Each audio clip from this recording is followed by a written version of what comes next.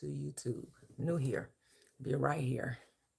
This is the first time you're experiencing this channel. Make sure to hit that subscribe button, like button, and share because you care. And always comment below.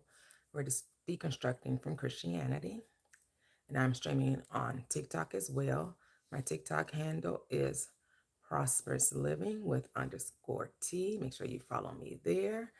Follow me on Instagram by the same name, Prosperous Living with underscore T, as we discuss, as we deconstruct from all societal constructs, more specifically Christianity, and any Abrahamic faith, any organized religion that has you looking outward instead of inward, that tries to convince you there's a karmic debt, that tries to convince you there's a consequence or punishment after this life. There's no after this life. There's only life. So people got you looking to another place or destination instead of, figuring out how to live the current reality. And so as my prompt states, New Ager, that's in quotation because there's no new age, no such thing. This knowledge, this wisdom is eternal in the heavens, is infinite. It's always, is, always will be. And welcome, welcome, welcome all. Welcome, welcome, welcome. Come on in, come on in. A relationship with God, Jesus, Allah, Rama, Buddha, whoever, Vishnu, whatever, Jehovah, Yahweh, Yahushua, is relationship with self, with yourself, with myself. As Isaiah says, 45:5, I am the Lord thy God, and beside me there is no other God beside me. That's how it says, I am the Lord thy God, and there is no God beside me. You are the God of your experience. You are the center of your universe. You are the center of your world.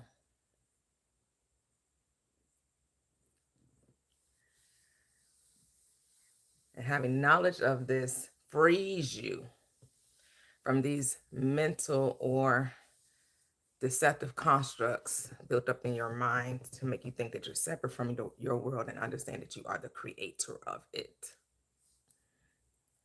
Then once you focus on who you are and what you want and would like to experience, because that's what life is. Life is about experience. And more people are coming to a realization of how to experience this dream of life. Hey, hey, hey, Tree of Shiloh, welcome, welcome, welcome. Welcome, welcome, welcome. And Christianity will have you looking upward and outward. And they have you looking futuristically, that God has to wait to pass judgment on evil. He's so patient. He just gonna let the folks do whatever they're going to do. And ultimately, in some futuristic time and place, he's going to pass the judgment. Except when he doesn't, except when he feels like it, because Christians love to quote, touch not God's anointed, and do God, and do him no harm. So when they see someone getting judged, now God is judging before the time. So, the goalpost moves with Christianity depending on the situation, because they love to say God don't like ugly, what you meant for me, you did for you, so God has a lot of gray area. This Christian God, man, it has a lot of gray area. And the more and more I hear Christians talk about their God, the more I realize they don't listen to half the stuff they say. Because a lot of stuff they say, it just, it doesn't compute. It's just a program running, that iOS system in the background, just running the script without thinking about what to say. The script is God loves you. He's such a just God. He's such a loving God. He's such a just God. Just because you say it 10,000 times doesn't make it so. Repetitively saying the same thing over and over again doesn't make it a reality. Not for me anyway. Maybe for you. If you think a just God is someone that sits around and watches you and holds your hand through hurt and harm, okay, if you say so. If you think he patting you on the back and rubbing your hand, as you know, he allows the rapist and the pedo and the molester come in, and he just watching and won't stop it, and you want to call that just, okay, if you say so, only in your reality, not in mine. You used to debate with me. I would be so surprised. Really? Is that so? Oh, okay. Do tell, do tell. But double tap the screen. Welcome, welcome all. Double tap the screen. We get to 10K the easy way.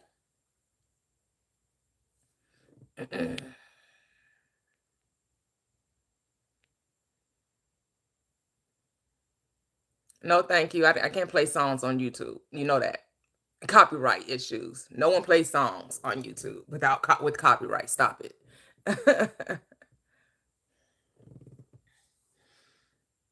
Right. You have your belief. I have mine.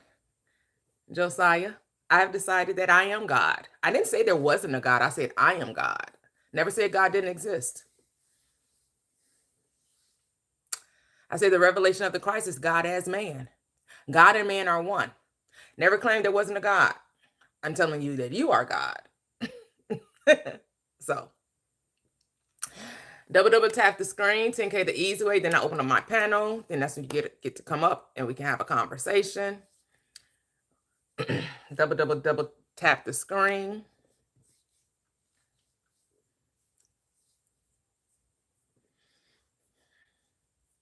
I'm saying the mind is God. God is the mind, not the physical representation. But just like Paul said, great is the mystery. You could change mystery to my story. Great is my story. God manifested in the flesh. Every being born of woman is God made visible. It didn't just happen, as most Christians would like to think, almost 2,000 years ago, that it came through an immaculate conception. That's an allegory. That didn't actually take place. But you know what does take place? Baby's born when sperm meets the egg and it germinates and brings forth a zygote. And then it develops into, a baby that gets birthed by a woman. That happens every day. Yeah. And that's what this book is telling us. Every time a woman gives birth, that's God manifested in the flesh. That's what this book was telling you. Good morning, Cheryl. Welcome, welcome, welcome. Yes, it's our consciousness, our awareness, our mind, our thought. What we think about, we bring about. That's the power of mind and speech.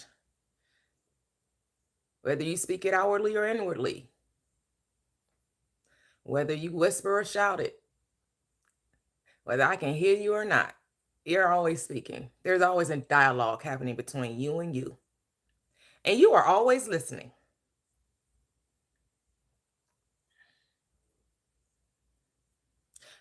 Oh no, I know there's only one God. No one said that there's not more, that there's no one saying that there are 10 billion gods. God is individual. But you are an individual version of God, which means you are undivided from all there is. You're a fractal part. You're the whole playing a part in this reality. But are you a Christian?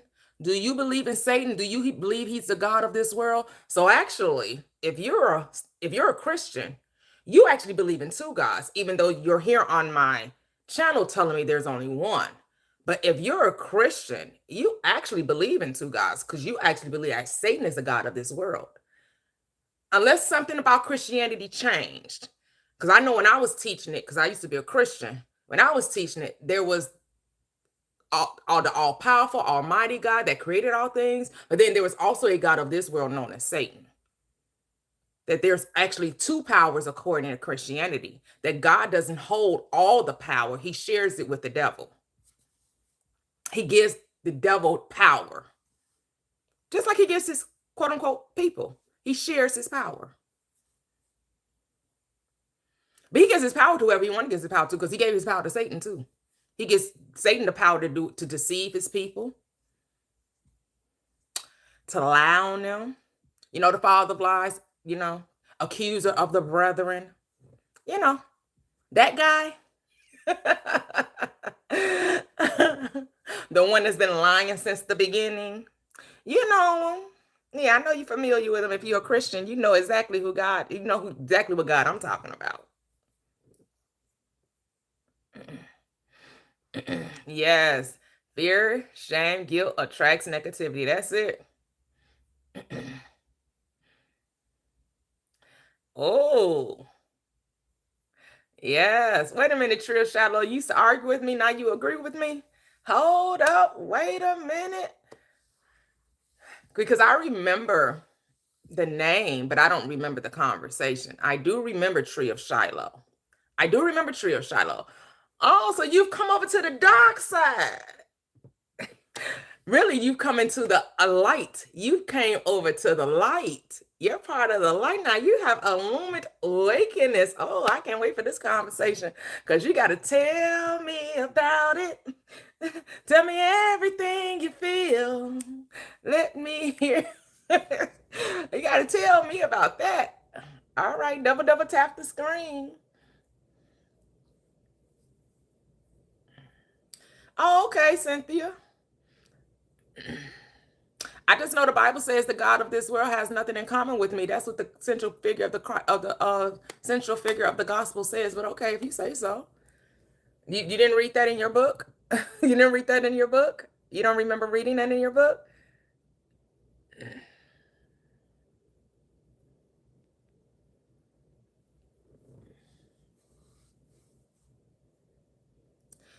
Now you're trying to tell unbelievers how Satan acts to us. Satan is not a god to me. So now you're presupposing something that you actually are inaccurate about.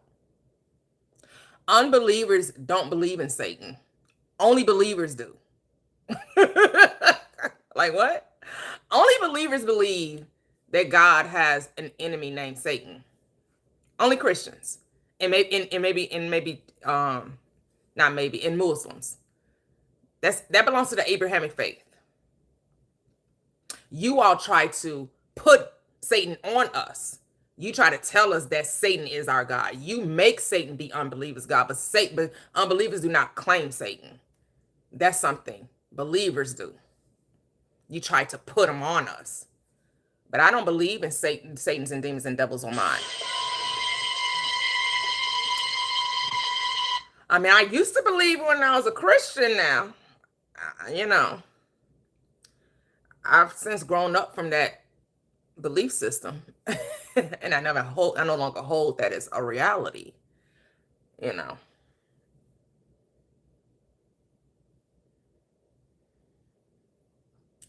Thank you. They are not literal history. Thank you. Thank you. Thank you. Thank you. So you said Luke 8, verse 10. These stories are not literal history. Thank you. Oh, you appreciate the Buddha as well? Oh my goodness. All right. That is awesome. I'm so glad to hear that. Your number one problem is that Isaiah wrote it. So what scriptures did God write? So you no longer have a problem.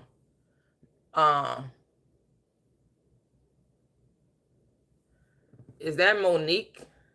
What is that? Monique name? Monique name? How are you saying it? org. Is that Monique? Monique name? So which scriptures did God write so you no longer have a problem with it? So you no longer take issue with it? We'll wait. Let us know what scriptures God actually did write. Since you only have the problem with Isaiah. You're not oh, okay. All right. Because Isaiah didn't write it either. No one knows who wrote those books of the Bible. They're just names of books. They're not authors of books. Don't mistake the name of the book for authorship.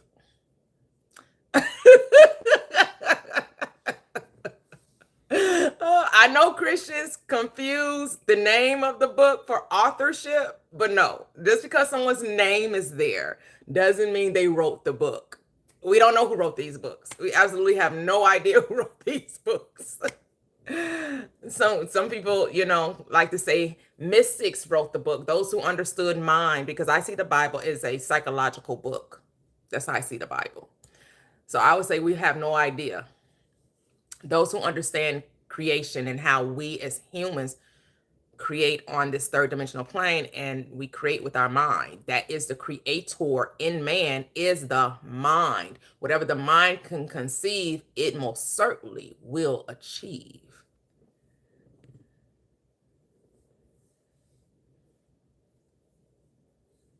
Yep, man decided what went in the Bible. That's it. Welcome, welcome, welcome all. Oh, you live in Arkansas as a pagan, Chris Johns. Welcome, welcome, welcome. Not you calling yourself a pagan. No, I do not believe in an afterlife. Absolutely not.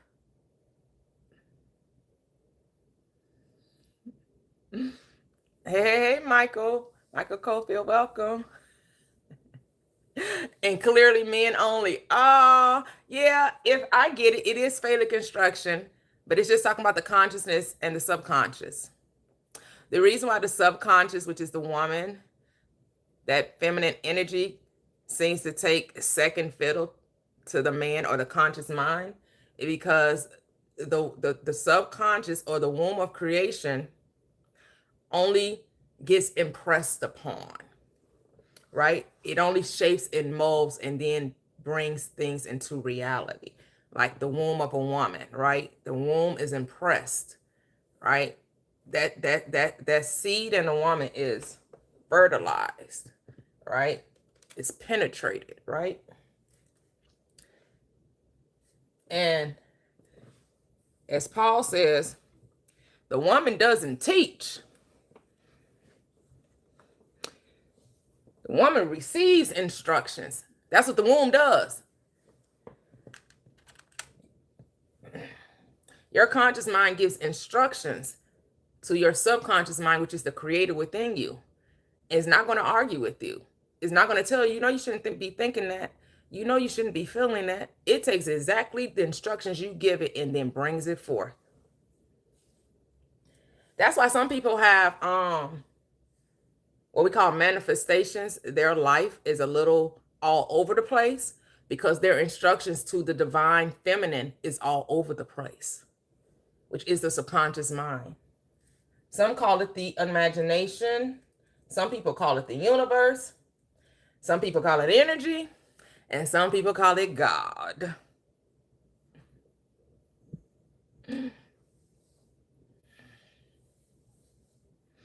Yeah, always say our higher self listens to our angels. Yes, the messengers.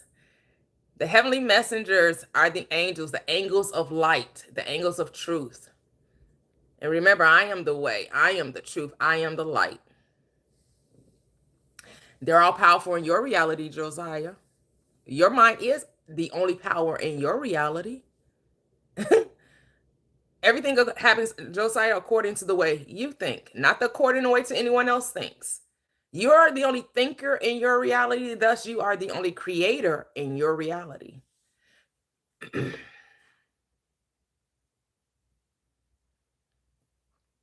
So as you think, so you are. That's what your Bible tells you. It's in Proverbs. As a man thinks in his heart, so is he.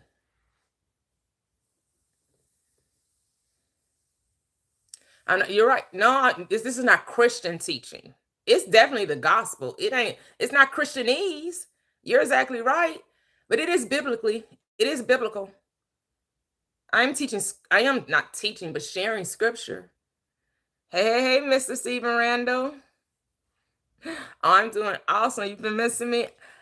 I've actually been on live like the last few days, but how you been doing? You been out and about?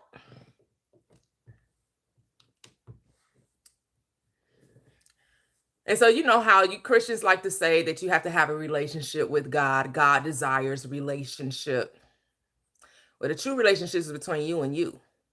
You need to learn how to love you, have confidence in you, have faith in you, believe in you, have hope in you, decide that whatever you want, you can have. Like the script says, Mark 11:24, therefore I say to you, whatever you desire when you pray, believe you received it and you will. Matthew 21:22 is just like it. In all things, it. That's the script. You got to learn how to take the script for what it says, right? When it comes to manifestation, because it is a manifestation book. It is thoughts made manifest. That's what this book does. It brings it not what it does. It shows you how your reality, how your thoughts shape your reality.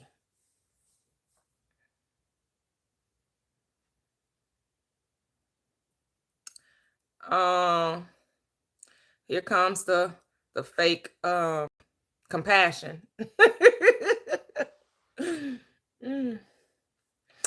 You know, your whole belief that God is taking accounting and remembering wrong goes against script. According to 1 Corinthians, the 13th chapter, the 4th through the 8th verse, it tells you about love.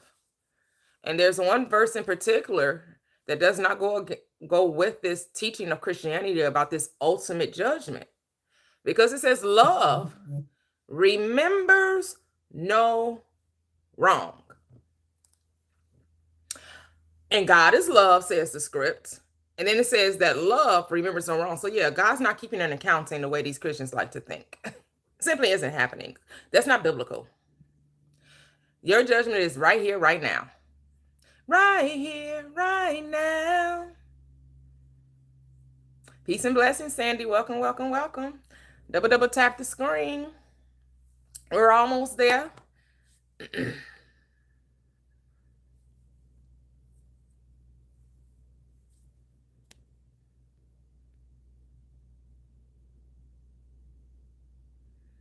I don't need to read it. You can go find it. You can type it. What are you talking about?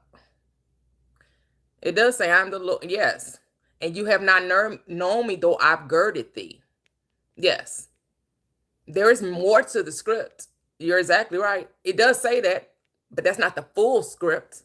It does say, and I have girded thee, though thou hast not known me. Exactly. Many of you don't know that you're God. Exactly.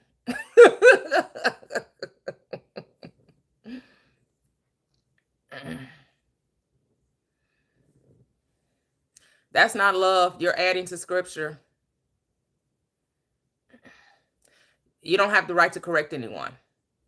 Are you God? Are you someone else's God? Who are you to correct another person?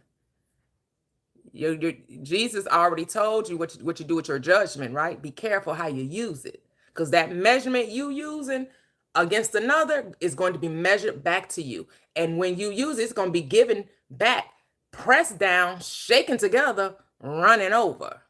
So you sit up here thinking that you can see the smoke in someone else's eye when you got a big ass boulder in your own. So just be careful how you judge and why you think you're correcting somebody.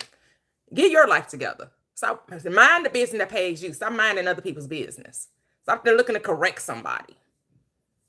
You know, why God needs you to correct them? God only talk to you. God can tell them what to do. Y'all in this, God got to go through people when God can just go directly to you.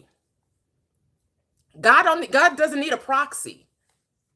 And your script tells you that. The script tells you that the Holy Spirit will bring all things to your remembrance. So all these folks claiming God told me to tell you, God told me to, they're simply not being honest. They're disingenuous, because if God can talk to them, God can talk to you.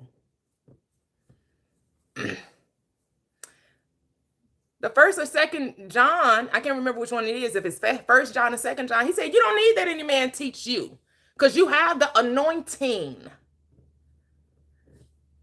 And everybody looking for somebody to teach them. You have the same anointing that everybody else has. You have your own mind. Use it. It's a reason why God gave you a mind, so you could use it. Not so someone else can run and tell you, tell that, right? Martin Lawrence, they running to tell that. Go run tell that. Let me run and tell you what God, I was in the spirit and I was praying and God was talking to you. He wasn't talking to me. Because just like God can talk to you, God can talk to me. Like, stop. I don't need you interpreting for God. Not to me. You can hear God tell you all my business, but God can't tell you how to get your business together. God is a gossiper in Christianity. God is the biggest gossiper in Christianity. He always telling somebody else's business. He always telling somebody else's business to somebody else. Like, excuse me?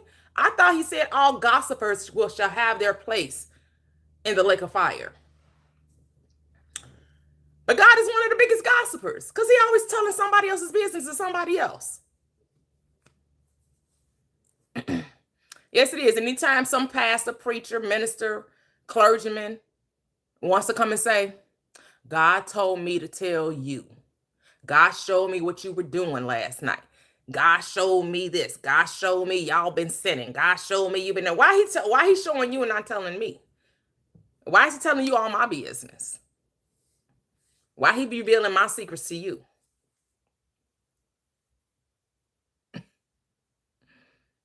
God don't need you though. Again. God scared of some folks? That's what you saying?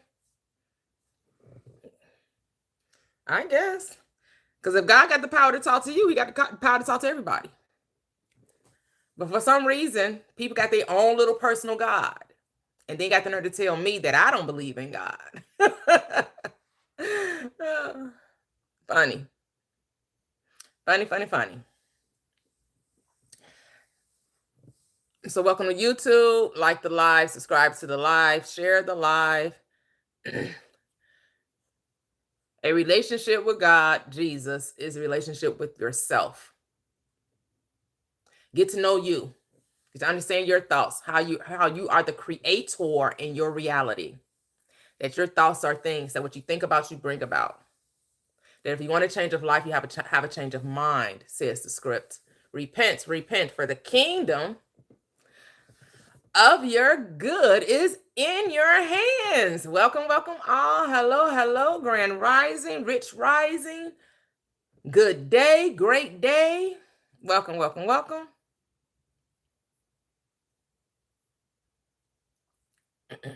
You love this correcting. Why are you always trying to correct folks?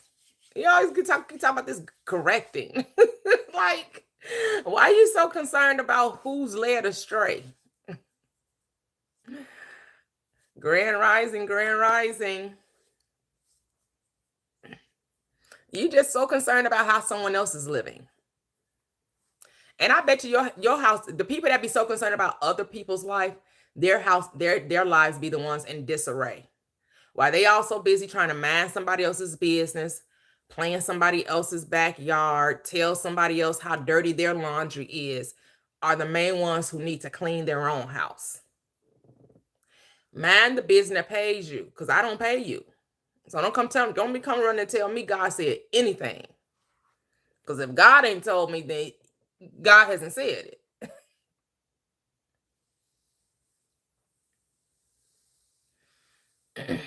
I am God, though. I can't fall away from myself. Impossible. I may forget who I am, but I will never forget that I am. We forgot who we are, but now you remember who you are. Who am I? Who are you? Who? There's no coming back to God. You are God. I am the Lord thy God. I am the law.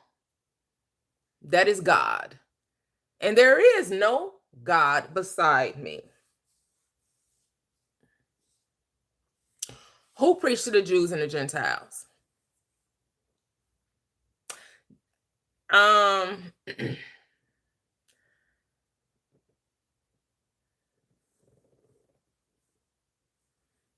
Yeah, I'm not going to deny that, Justin. Justine, is that Justin?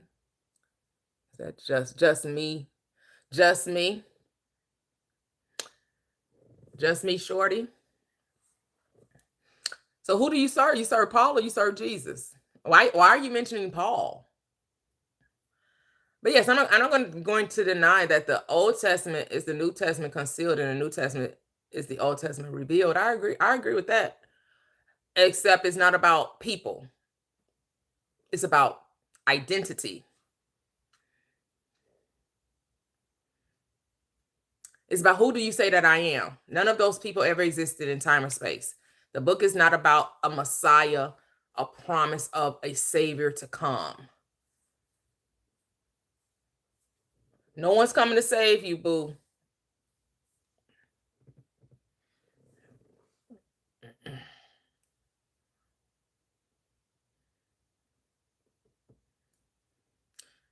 How you know someone created the heavens and the earth? How you know the heavens and the earth weren't always here?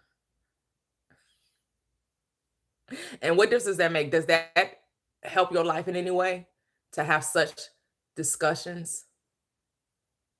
Didn't the Bible say something about having these type of conversations? Because that don't really help you in this life. Hey, right? Like, I don't know how saying who created the sun, the moon, the stars, and the mountains. I'll give you the earth and all that you reach for, and even more. So, if knowing that information makes you sleep better at night, okay. That's a conversation that is, doesn't assist anyone in their daily life. Hey, Sunflower, the the artist, welcome, welcome, welcome. Yes, it is a control method. Yes, you are God. God is you. God is in everything, and everything is in God. God is on all, and all is in God. Say that again, Ashley. That's it. Hey, Mr. Walter. Hello, how are you? Not a hell. Sorry. I know you want that to be real, but it's not a real thing. I mean, you'll let us know when, let us know. Come back and tell us about it. Let us know. I won't be waiting. I won't hold my breath, but no one has went to hell and lived to tell about it. Dreaming about such places is not proof. I know we love to talk about the Christians and their NDEs of visiting hell and how it was, and they trying to scare the bejesus out of you to get you to come to God, with their old hellish renditions of the lake of fire. And you just be like, really? Who was that lady that wrote, what's it called, the 7 rings of hell or the 7 gates of hell? She had a whole, what's her, Mary Baxter, was it, isn't that her name, like Mary Baxter Burnett, Mary Baxter something, Mary Baxter, maybe that's her name. Somebody, she wrote a book about it. I mean, people can get rich off people's ignorance, and they definitely do. Yes, hell is a real place. Hell is not a real place. It is a state of mind. That's it. I read my Bible and I recognize that I am God. So you're right. It calls me to draw nearer to God, which means draw near to myself. I read the Bible and decided that Christianity wasn't it. I read the Bible. I finally studied the Bible. Actually, I did more than read the Bible. I started studying the Bible. And that's when I recognized that, Christianity doesn't teach the Bible. So I had to leave it alone and find my own thing. I got my own thing. Heavy. But it's really not my own thing. This is ancient knowledge. All right. Well, we're well past 10K. Let's see. Welcome. So I'm streaming on TikTok as well as YouTube. On TikTok is what I have callers. If you want to join the conversation, you have to come over to my TikTok page, which is Prosperous Living with _T. This is where we have the call-ins.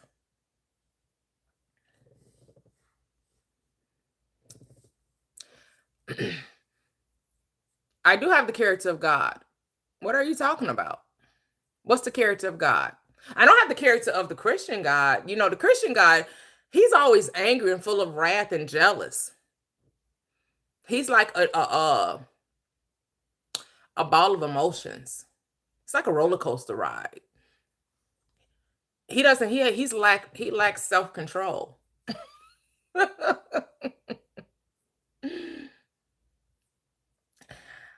Yeah, but see, your God with the forgiveness is conditional. He just doesn't forgive. He requires a crucified savior.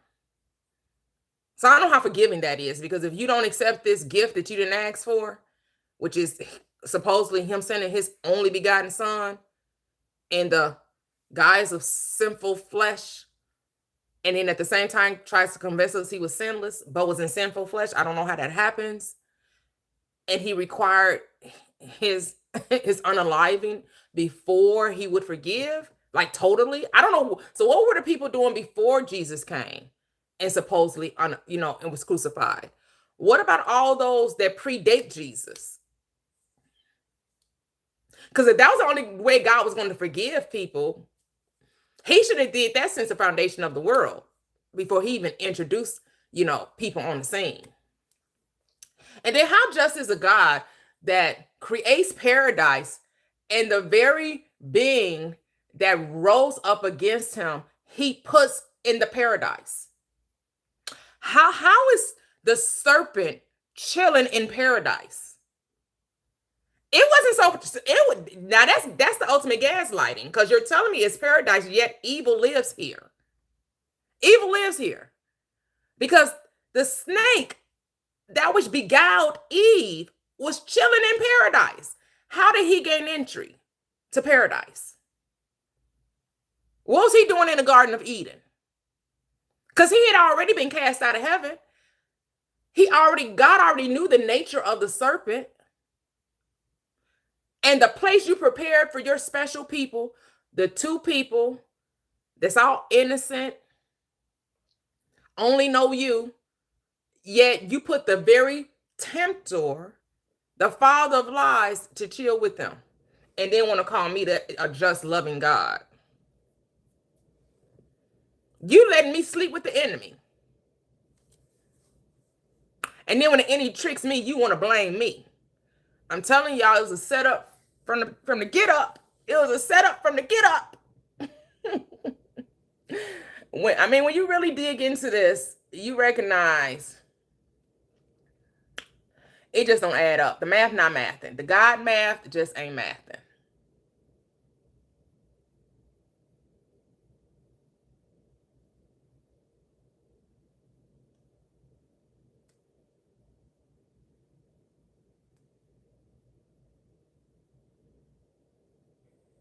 Hello, Miss Kitty.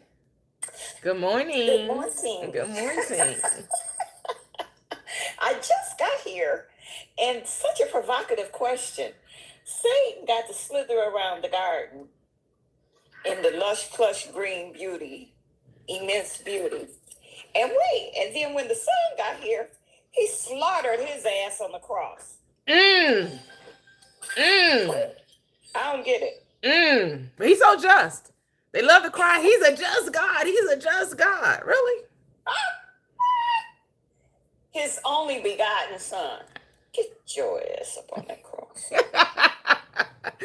They try to love bomb us and think we're going to fall for the okie doke. But Jesus loves you. He's such a loving, just God. He's such a loving, just because you say it 10,000 times doesn't make it true or convincing. You're dying for everybody. Please remain muted when you come up on the panel. Please remain muted. Please remain muted. You dying for everybody's sins. You don't hold on, Miss Kitty. You don't want to remain muted? Then please drop. It's a woman pay. I'm out. Yeah, but be out. Deuces. You're not hurting my feelings, because I don't need you on my panel. Like what? Like you act like I need you up here. Like what? Deuces. Like you're not hurting my feelings.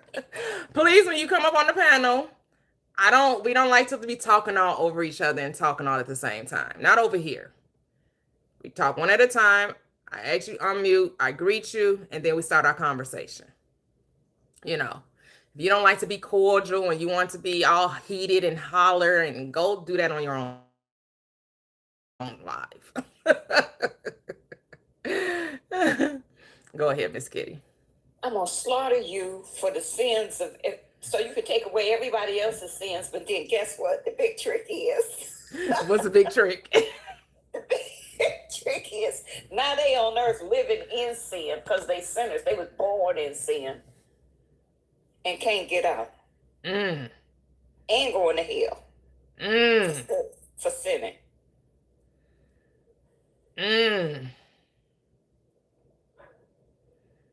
Trifling twerps of humans that I created. Can't stand them. Oh, but no, that's what it was. I love them. Oh, that's it. Ain't no hate like a Christian love. Woo! I love you eternally. But you burn. Oh my God.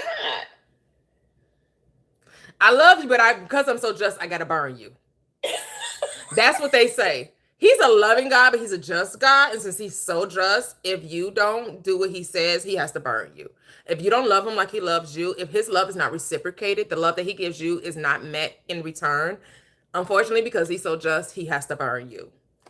And I'm sorry about the ones who didn't know about Jesus and accept him, so they didn't have the chance to accept him as their Lord and Savior.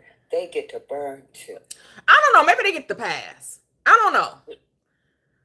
But according to, I think, is it in the script too that he went down to hell and preached to hell? That's what they claim. When he died, he was down there in hell and preaching to those, and maybe they got to go. I don't know, because they try to cover all their bases. They do try to cover all their bases. I will say they try to cover all their bases. I'm remiss. they try to cover all their bases, and they claim them 3 days he was down in hell, so he wasn't really dead. He didn't really die because he down in hell preaching to folks. Oh, make sense, right? Excuse me. When I feel like it. Oh, okay. Yeah. Don't feel like it yet? Nope, because you're not even next. So you would still have to wait to the person once I'm done talking to them, because you want that same respect, right? You wouldn't want us having a conversation and then somebody interjects and just starts talking and think I'm going to give my time to them. Okay, I'll just let you go. That's okay. It ain't no deal. You don't have to be here. I don't know what's going on, but it's like the things that they don't want done to them, they do to other people. Because if I'm having a conversation with somebody and somebody just interjects, they would call that rude, right? Right. Quite rude. Because if you're in the middle of a sentence and then somebody just comes off mute and just starts talking, so they're basically saying, oh, what you're saying, what I have to say is better than what you're saying. So you don't matter. I'm about to take over. Okay. Just wild. Like the God they serve. Whew. The entitlement is wild.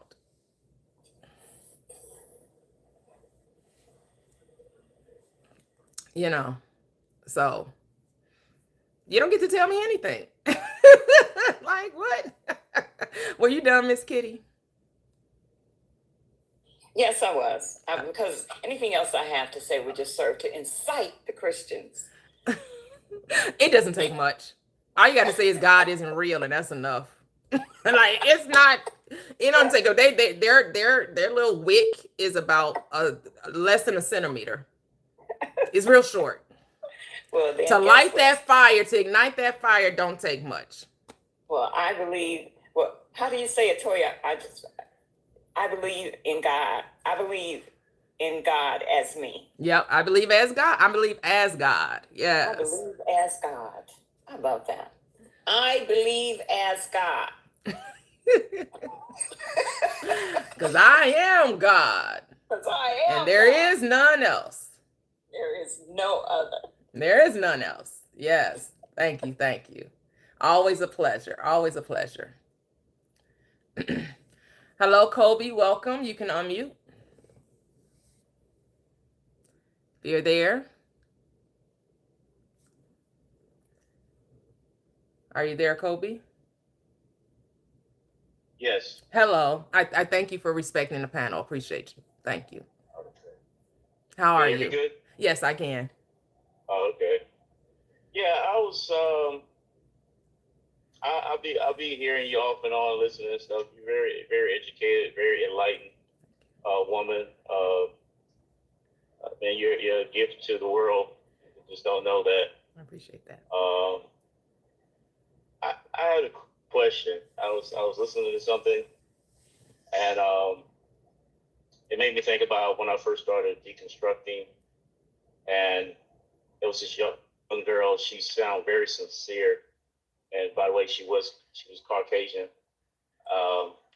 but she was asking like, how is it, it reminds me of like in the Book of Songs, how it, David was talking about how, why do you allow the oppressors to rule? In other words, to paraphrase her question, she was saying that, how is it the same God that us good Christians serve, the evil ones serve the same God? How is it they're able to triumph and do so well? And it came to me so well that I knew she didn't know any better, but I guess I'm trying to figure out a way to say it or ask it. It's like the way I understood it, I was like, well, it's only us. It's got the ultimate creator, and it's us, right? So if the ultimate creator gave us the power to give life and take a life, the only thing outside of that is just imagination of gods, which there don't exist at all. But they have tricked so many people, even in the Christian community, to believe that, like when you read in the Old Testament about the Bible about Baal and all the other idol gods, but they, make it seem so realistic when you read in the Old Testament, this is Baal and these are all these other make-believe gods, whatever. But they only give it energy to something that don't even exist from the beginning. Right. You just, they just only give it energy to what the Creator already endowed them with anyway, to have the ability to conjure up what the Christian community likes to condemn, saying like, how like now people are tapped into more of the voodoo and hoodoo, whatever that energy is, and it was like, it was always frowned upon. Like, when I was growing up, about, I heard stuff like that. I was like, oh, that's what you call it, witchcraft or whatever. And as I got older, I started realizing, I said, hold up, could this be like, especially when I heard about a lot of Jamaicans and whatever, how they did over there, I said, could this be the power and ability that we always had, but we because of information being scratched from our memory, we weren't able to understand it like that. And so when we did, and because we were indoctrinated in the faith, we took it as this as being some bad thing, but it's the same power, the ability that the Creator had gave us from the beginning to use it as a way to either give life or take a life, aka preserve our lives. And I took it as, those people back then that was using it during that time, they was using it as a great deal to preserve their lives from a lot of tyranny. But it's just crazy how so many people believe that they're actually all these other gods, but all it is an idea of the one original creator. And who do you say the original creator is, right? Up every day. Like, say again? And saying, who are you saying is the original creator? I missed that. What you say? Who are you saying is the original creator? Well, I mean, the divine creator. I just say the divine creator. They create all things. Okay. Human beings, the life force, the mountains, the sun, the sky. These human beings want to personify the creator. And I get it, because we want to make it feel near and dear to us by saying, oh, he or she, you know what I'm saying? It's just the great I am, or however you want to describe it, I mean, that's how I get it, you know what I'm saying? From deconstructing, like, it's a life force that is able to produce the yin and the yang, and express itself in a feminine and masculine form. You know what I'm saying? But it's real sad that, but I'm so also glad that, what I'm saying, we have platforms like yours that people are able to hopefully, come across your platform and get enlightened by the truth, because, they really believe that there's all these other gods out here, and there's just imaginations of a god based on their own self-righteousness. Not saying everybody's self-righteousness is good either, but it's levels to it. You know what I mean? And it's whatever you say. It's whatever you say it is. That's what I can realize. Everyone is conjuring up their own world, their own reality. So if people want to believe in a pantheon of gods and say, God is the sun, the moon, the rain, the waters, the snow, the eagle, hey, okay. It's like because all is God. Because here's the thing, all is God, and God is all. So everything is God, and everything was God. Because in the beginning was the Word, and the Word was with God, and the Word was God, and then that God becomes a manifestation, which in the King James Version would say flesh. It just means it puts on visibility. Now you can see it. Now you see me. Now you don't. That's all. That's all that's going on. Right. Wait, I got a question real quick though. Please hold. Please hold. Okay. Gotcha. Thank you. I go in order, so you'll come after. You'll come after the artist.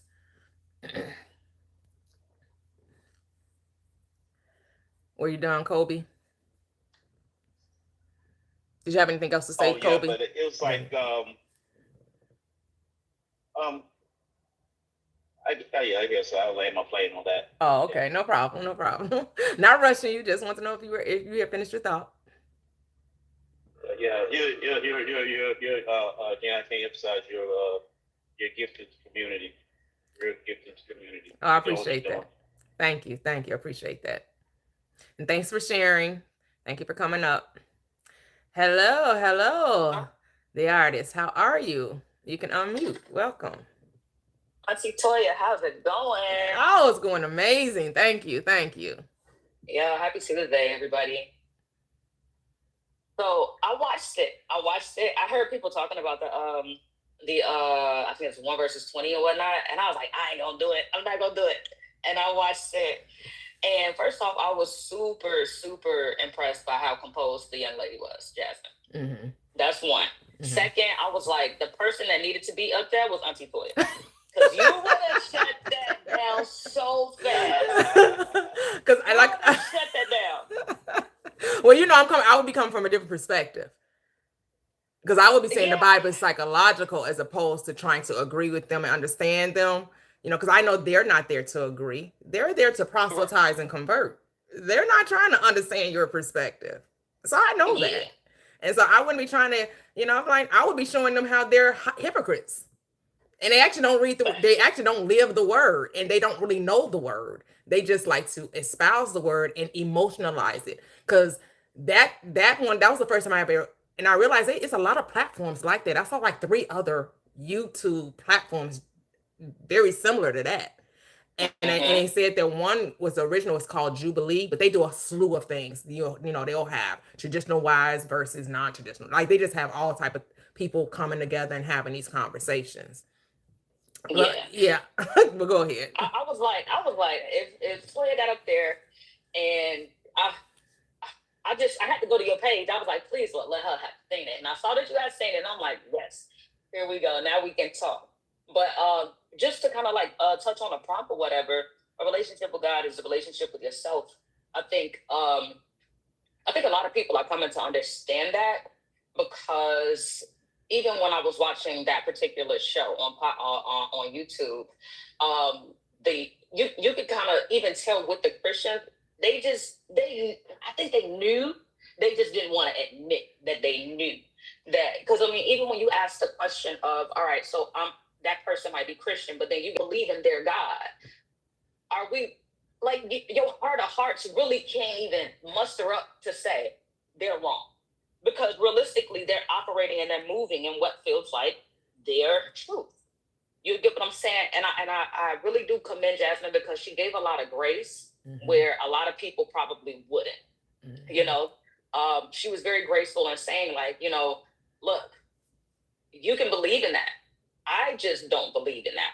You get what I'm saying? And I think if we take that approach when it comes to spirituality or Christianity or whatever you believe in, if you take the approach more so of, okay, that might be your God, but that don't work for me. Now we operating in the way in which the quote unquote Bible says we should operate. Love thy neighbor as thyself, because you don't want to be judged and criticized for what you believe in. You don't want nobody down your neck telling you, oh, you're so wrong for believing in your God, when you never know. Your parents could have raised you that way. You feel me? People are conditioned to believe what it is that they believe, mainly because they never really looked inside of themselves. And that's the part where it's like, you have to have grace with people. Like, I'm not going into no Baptist church talking about y'all are going to hell, and you know what I'm saying, just because I don't believe in what they believe in. And I think that's where it kind of gets misconstrued, because everyone, you know, is their own God. Everyone has the ability to believe in whatever they want to believe in. But once you start coming on my side of the fence telling me what I need to do, as you be saying, now that becomes a thing of, all right, bro, you're tripping. Now you overstepping boundaries type of thing. And I think that's the hardest thing for some Christians to understand, is just that let your peace be your peace and let my peace be my peace. You get what I'm saying? If I want to be the God of my own world, why I can't be the God of my own world? I ain't hurting you by being the God of my own world, by speaking life into my life, by trusting myself and my own processes. You get what I'm saying? And I think, I don't know, I just wanted to come on here and just, you know what I'm saying, kind of. Yeah, because I agree with you. And I wish the guy that was here earlier, but you know, I got the 10K thing. He's somebody I used to talk to a year ago. He said, I used to argue with you. You would be so proud of me. I was like, wait a minute. You come over to the dark side? I mean, actually, the enlightened side? Yeah. And he was like, that's why these conversations need to be had. And I get what you're saying. Let people believe what they want to believe. But the Bible does say to spread the gospel, to preach the good news. And the Christ did come against error, which was the error of the Sadducees and the Pharisees. He did spotlight that they were not living the word. So yes, you do it in love, and you understand that it's not the people you're condemning, it's the doctrine.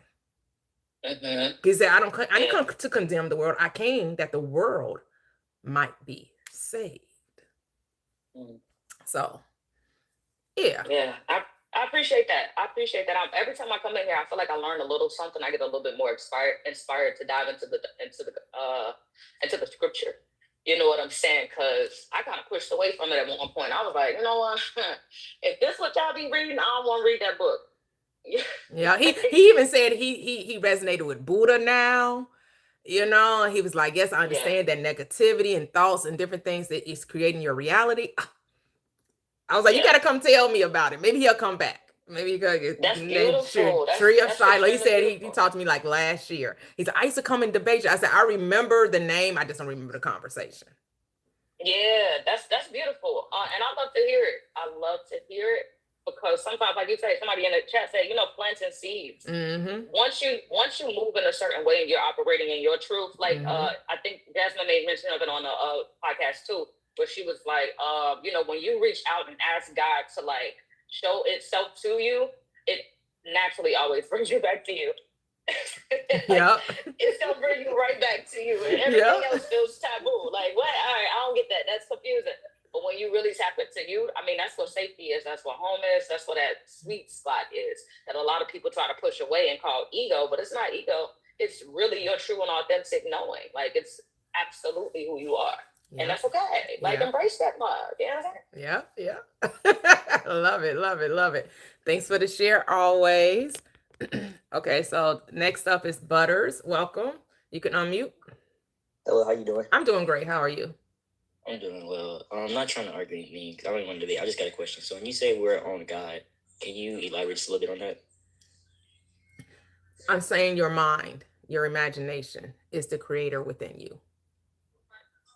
Okay, I understand where that comes from, but my only thing that I don't understand with that is like, I don't understand how it could be our own God when we're still limited in everything we do. No matter how deep within you find yourself or how deep within you go within yourself and all that stuff, it's like we're still limited. So I don't understand like how we could be a God, because in my eyes, a God is someone who has complete control over anything and all things when he chooses or they choose to step in. Well, you don't assign those same characteristics to. Are you a Christian? I grew up in church, but I wouldn't say I'm a Christian. Okay, well, you're familiar with Christianity, and according to Christianity, God not trying to control everything because he gives free will, correct? So he gives Yes, people the true. choice to do whatever the heck they want to do. That's really what God is. You have the choice to do whatever you want to do. But choices, like we all make choices still, but our choices either bring good or bad for ourselves. Well, that's your decision. You're the judge. You're deciding what you're doing is good. You're deciding what you do is bad. But let's talk about the when you say that we're not our own God. When I say that we're all God, we're all one, individualized. We're all fractal parts of the whole. So you're not separate from that which you would call the creator. You actually are the creator individualized, meaning you're a unique expression of the one. There's still only one power, and that power is consciousness. But you get to use that consciousness however you deem fit. And so you're not limited in mind, though. You may be limited in form, but you're not limited in mind, because your mind can do the unthinkable, the impossible, right? Because your mind can take you way, way back as far as you want to go, and it can take you as far in the forward in the future as you want to go, or you can decide to just be in the present of now, in the presence of now. Correct? Can't your mind do the unthinkable? Yeah, that makes sense. Yeah. Yeah, that's what I mean. Okay, I got you. Thank you. You're welcome. You're welcome. Okay, so Miss Diamond, hello, welcome. How are you?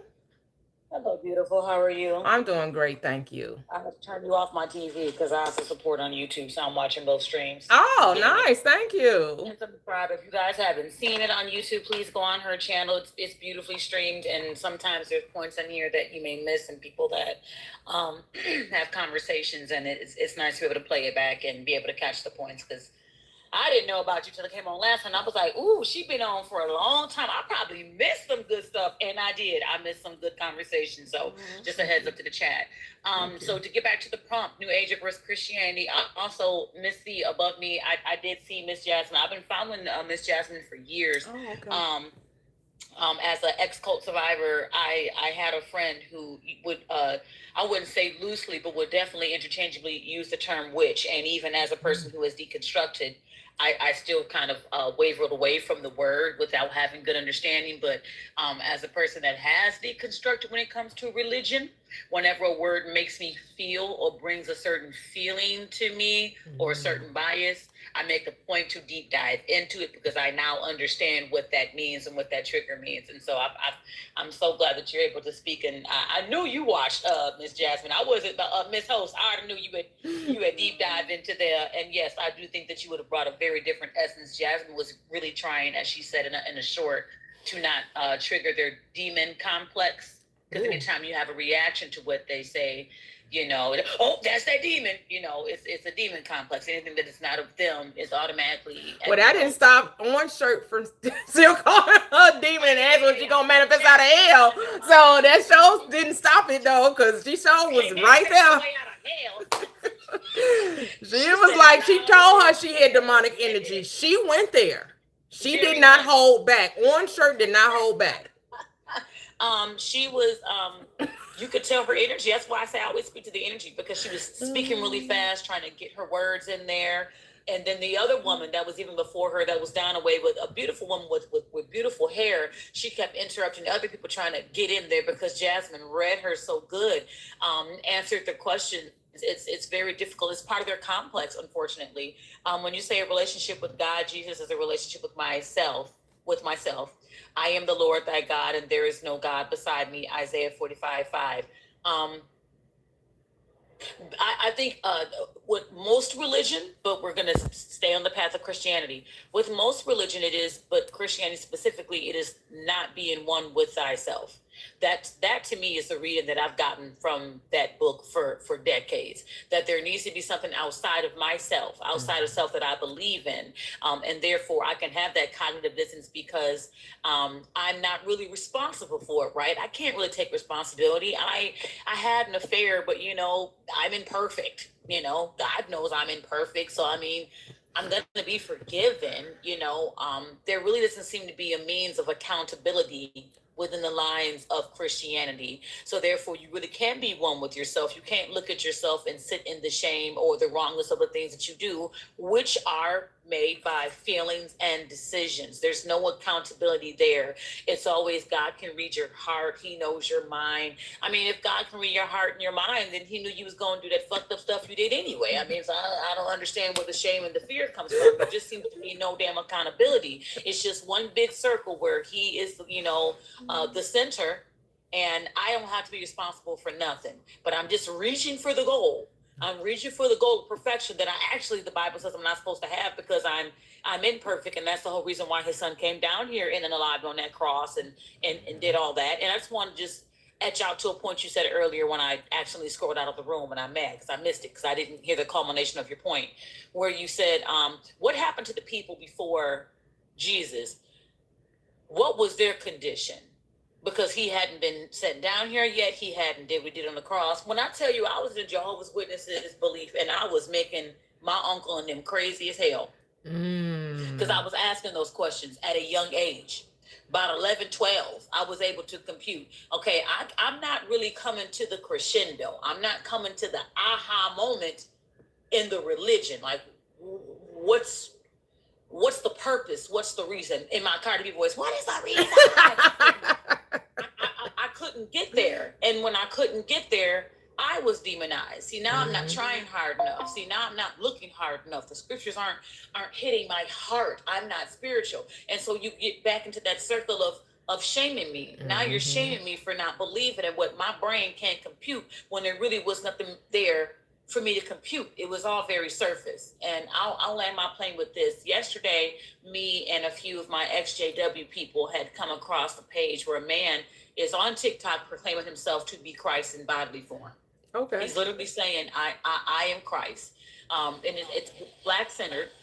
And he has followers, disciples. I'm not sure quite what he calls them.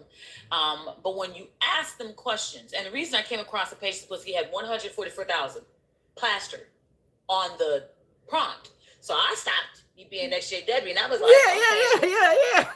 Okay, and then he had scriptures, and then I heard a little bit of the conversations, and I heard the truth, and I heard faithful and discreet slave. I heard a lot of similar interchangeable terminology. So yeah, I stopped and I listened. And when I came on the panel and asked to speak, they did not want to be challenged in any way. Okay. Very similar to Christianity. Like if you literally genuinely asked a question, you don't know. You don't know. You're not coming as a babe. I ain't supposed to come stupid. They ain't coming as a babe. Don't mean that I just don't know a damn thing before I got here, right? Right. It finally came out that he said, you don't need to read the Bible. Oh. Nobody should read the Bible. You will not understand it. It is prophetic. It is not for you to read. It is for me to read because I am Christ. So you're saying I'm not supposed to just... How convenient. Right. How convenient. So yes, that's gonna be on that Netflix special, How to Be a Cult Leader. Have you seen? They're gonna do a part 2 of How to Be a Cult Leader. He gonna be one of them because that's how you be a cult. Don't read for yourself. Don't think for yourself. Don't ask no questions. Only listen to me. Only listen to me. My voice is the only voice that you need to hear. That's the making of a cult leader right there. Whoever this person is. I praise you for getting up on here every day and having these conversations. I will drop down and listen only because I realize that you still very much subscribe to the scripture and understanding it. And I think what I ain't gonna say think, because thinking comes from not knowing. I know that I've read the book a million times as Jehovah's Witness. You start reading when you're 5. but I do believe I've gotten what I need out of it. Right. I do have a question. How does it differ from like the King James version? I know my grandmother had a Jehovah's Witness, but I never like really looked at the Bible. That book. I never really looked at it. Translation of the Christian Greek scriptures, as it is titled, is a complete narrative and derivative where there have been actual words changed in it.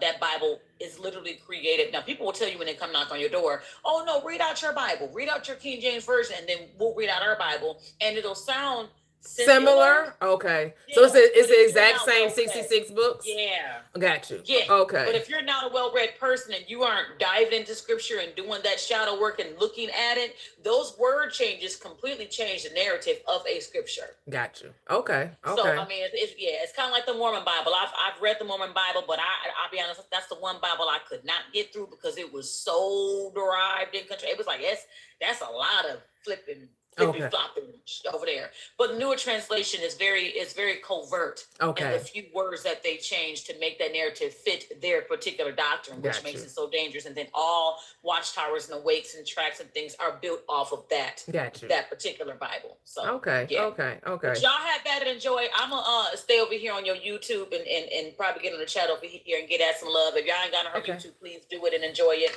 for the things that you missed. And have a lovely day. You do the same. Thank you so much. Appreciate the share and the support. Yes, YouTube is Prosperous Living with Toyia. You're new here, make sure to hit that subscribe button, like button, share because you absolutely do care, and always comment below. Over here on TikTok, I'm also streaming. Double tap the screen. Tapping is clapping. Yes, come on, let's show some love. At least 30K. We have well over 70 folks up in here. Let's get to at least 30K. Double tap the screen the easy way. So we're gonna go to Sharit. Are you there? If you're there, you can unmute. If not, I know some people come up on accident. We'll go to the next caller, which is it's Divine Day. Divine Day. Don't skip me right quick. Oh, okay. No problem. So how do you say this? That's my nickname? That's my nickname? Is that what you're saying? It's just no nickname. No nickname. I had a hard time creating one a long time ago. Oh, you know what? Okay, I don't know why I keep reading it as an M, but it's an N. That's funny. Yeah. Okay, hold on 1 second. I got a super chat. I believe that's euros. $10. Thank you. Sharing is caring. Thank you, Mr. Walter. Appreciate you. All right. Go ahead. No nickname. How are you? I'm good.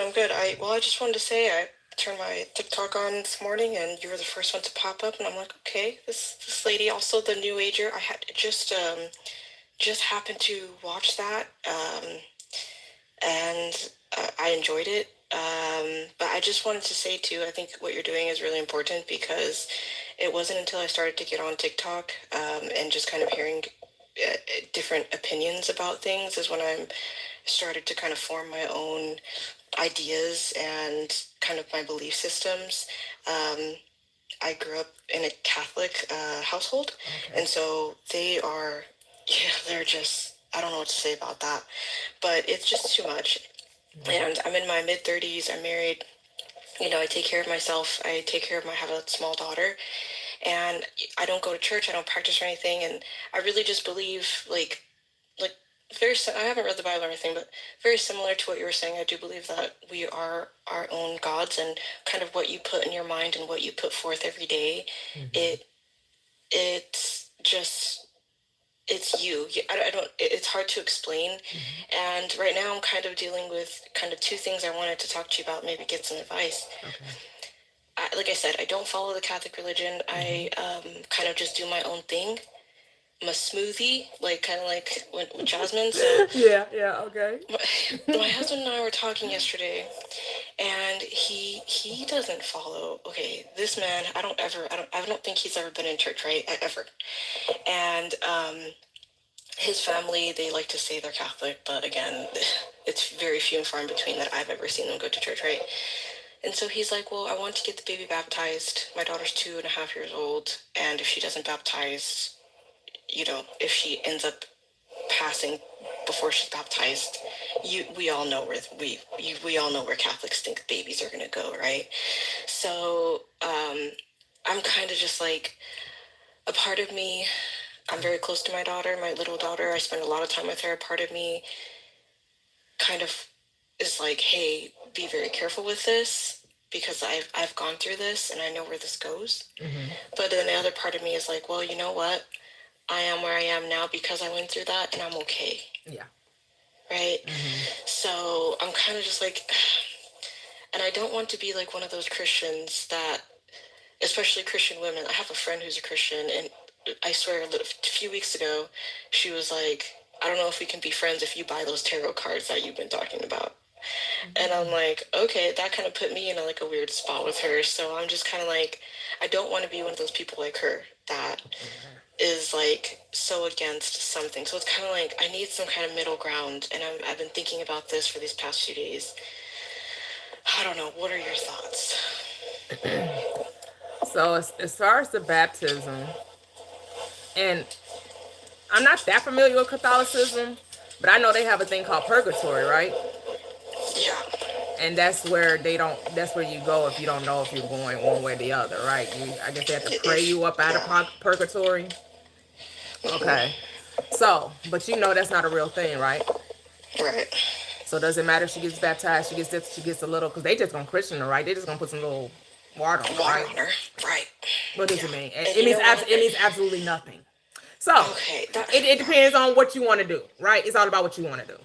Because if we know that it means absolutely nothing, that Christianity is heresy, is the Antichrist, it has no power other than the power they give it, right? It doesn't mean anything unless to them it means something, right? It has to mean something to you in order for it to mean something to you. Right.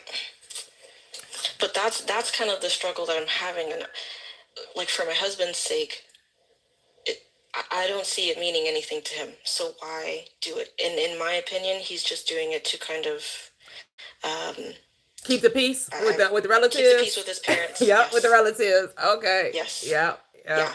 And I don't think that that's the right thing to do. And I don't think that that's okay. But he's for it. And, my husband, again, he's a normal husband, right? Like, he's not gonna do any, you have to go through like a bunch of classes. Exactly. You have to talk to the Monsignor, you have to introduce yourself, you have to be part of it for you to get these things. And he's like, oh, it's okay, my dad, he's okay with this guy. He's invited him over. They've drank a few beers. I'm like, what the hell? What the hell? Who even says that? Drink a few beers? Like, what does that even mean?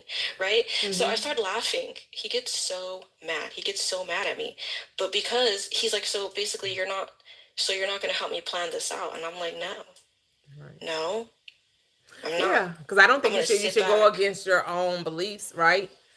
Right. So you really have to be true to yourself. But again, I come from a perspective, there's no right or wrong in this. The only one judging you is you.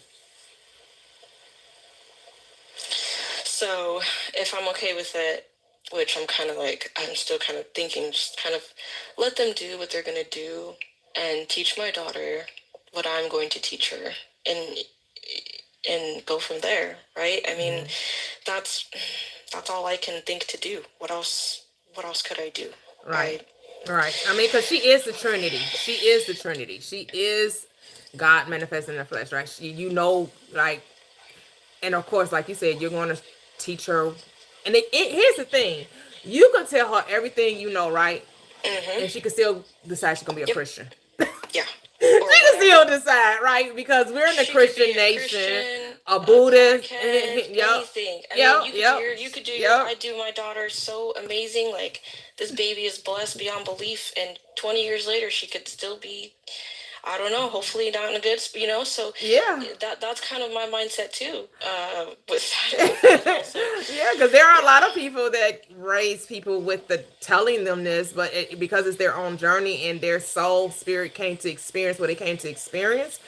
As much as people try to intercept someone's journey, you don't know what's going to captivate her, right? But all you can do is tell her who she is, have confidence in her ability to think, whatever, teacher, that before you join anything, research it out. Don't take it as blind belief, meaning just believe them because it sounds good. You is going to teach her like, okay, if you're going to join Question this things. particular organization, find out where it came from. What's Right. his backstory? What's it? And listen to all sides, right? Right. Not just that are supportive of it, but those who are not. Because sometimes we be in the echo chamber, right? And so I sometimes will go and just, I want to listen to say, I want to see why people don't subscribe to the manifestation or understand what that is, or, metaphysical, like what are they saying? Right. Just to hear that, so I'm not feeling like, oh, and I never thought about that. Because, sometimes you want to listen to all sides, because it's the spice of life. And then you draw your conclusion from there. Right. And to my second point, like I said, I'm kind of in my 30s now, and I listen a lot and I observe, and I really feel like, especially with Catholics, it's fear. Fear drives them, and I don't know where they're getting this such fear from, because hey, guess what?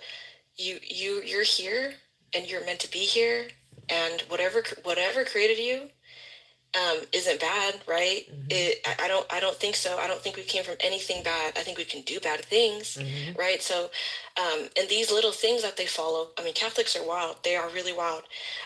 These little things that they follow, these things that they say, it's really all out of fear. And I feel like more people should touch on that and say, hey, it's okay to be scared, but also to use that fear to control others and force them to be. I've even known people that have their family ties have been completely separated because of these things. And it's like, whoa, that's not okay. Like, you love your family, you love these people, and it's just not, you know what I mean? But I please, if you can, I'm gonna look up your YouTube. The other lady was talking about your YouTube channel.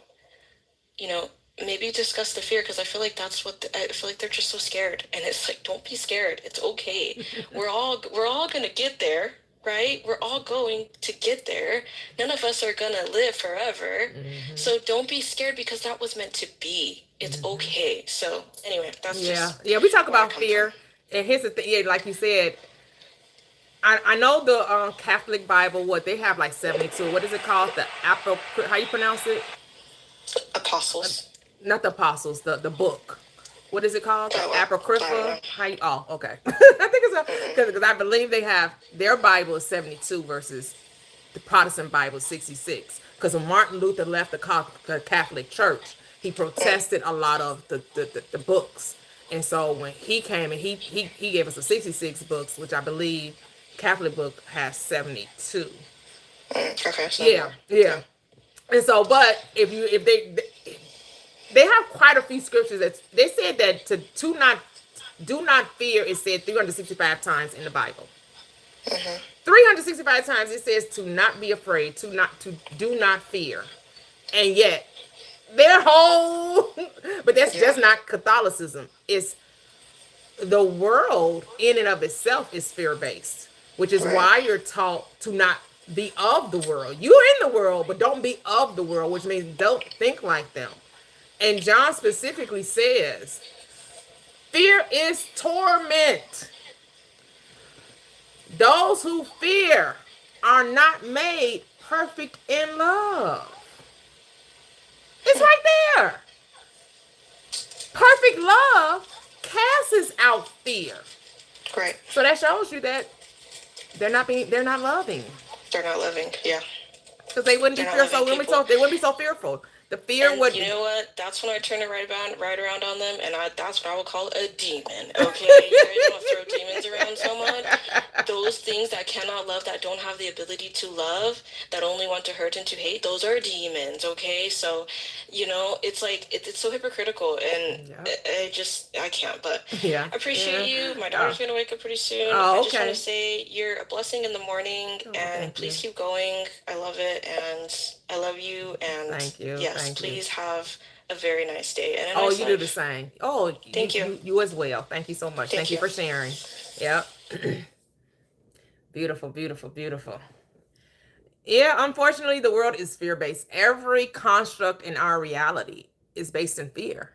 Everything from the government institutions, academic institutions, religious institutions, financial, everyone, all of those teach this fear mentality. That's why you have to deconstruct from the world and build your own. You ready, Soul?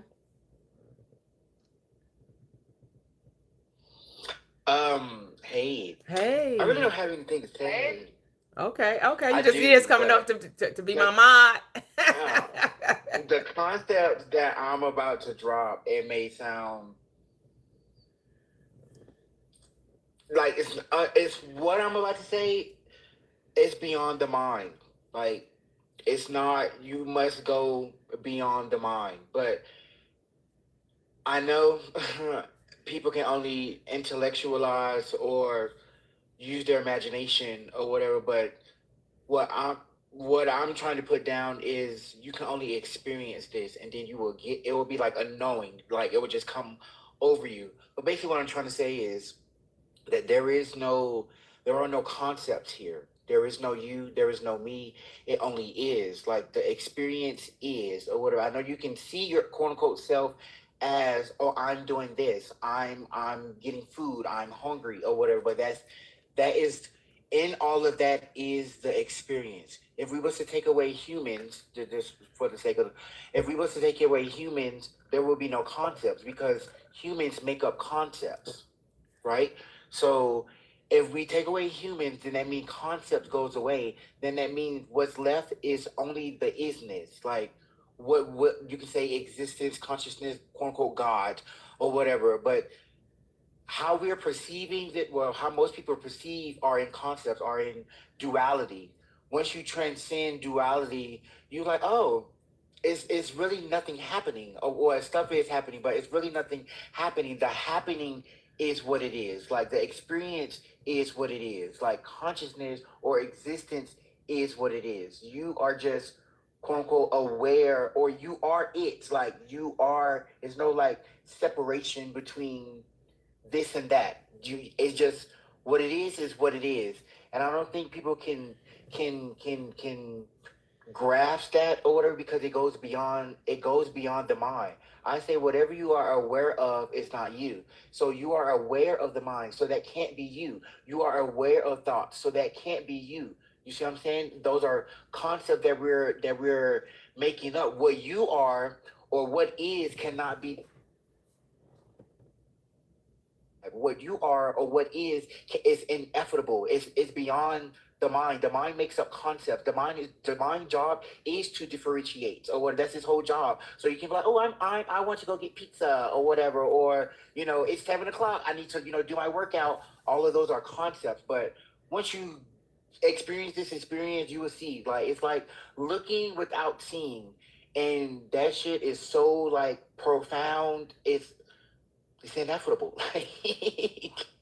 when you experience, I know you talk about the mind and all that stuff.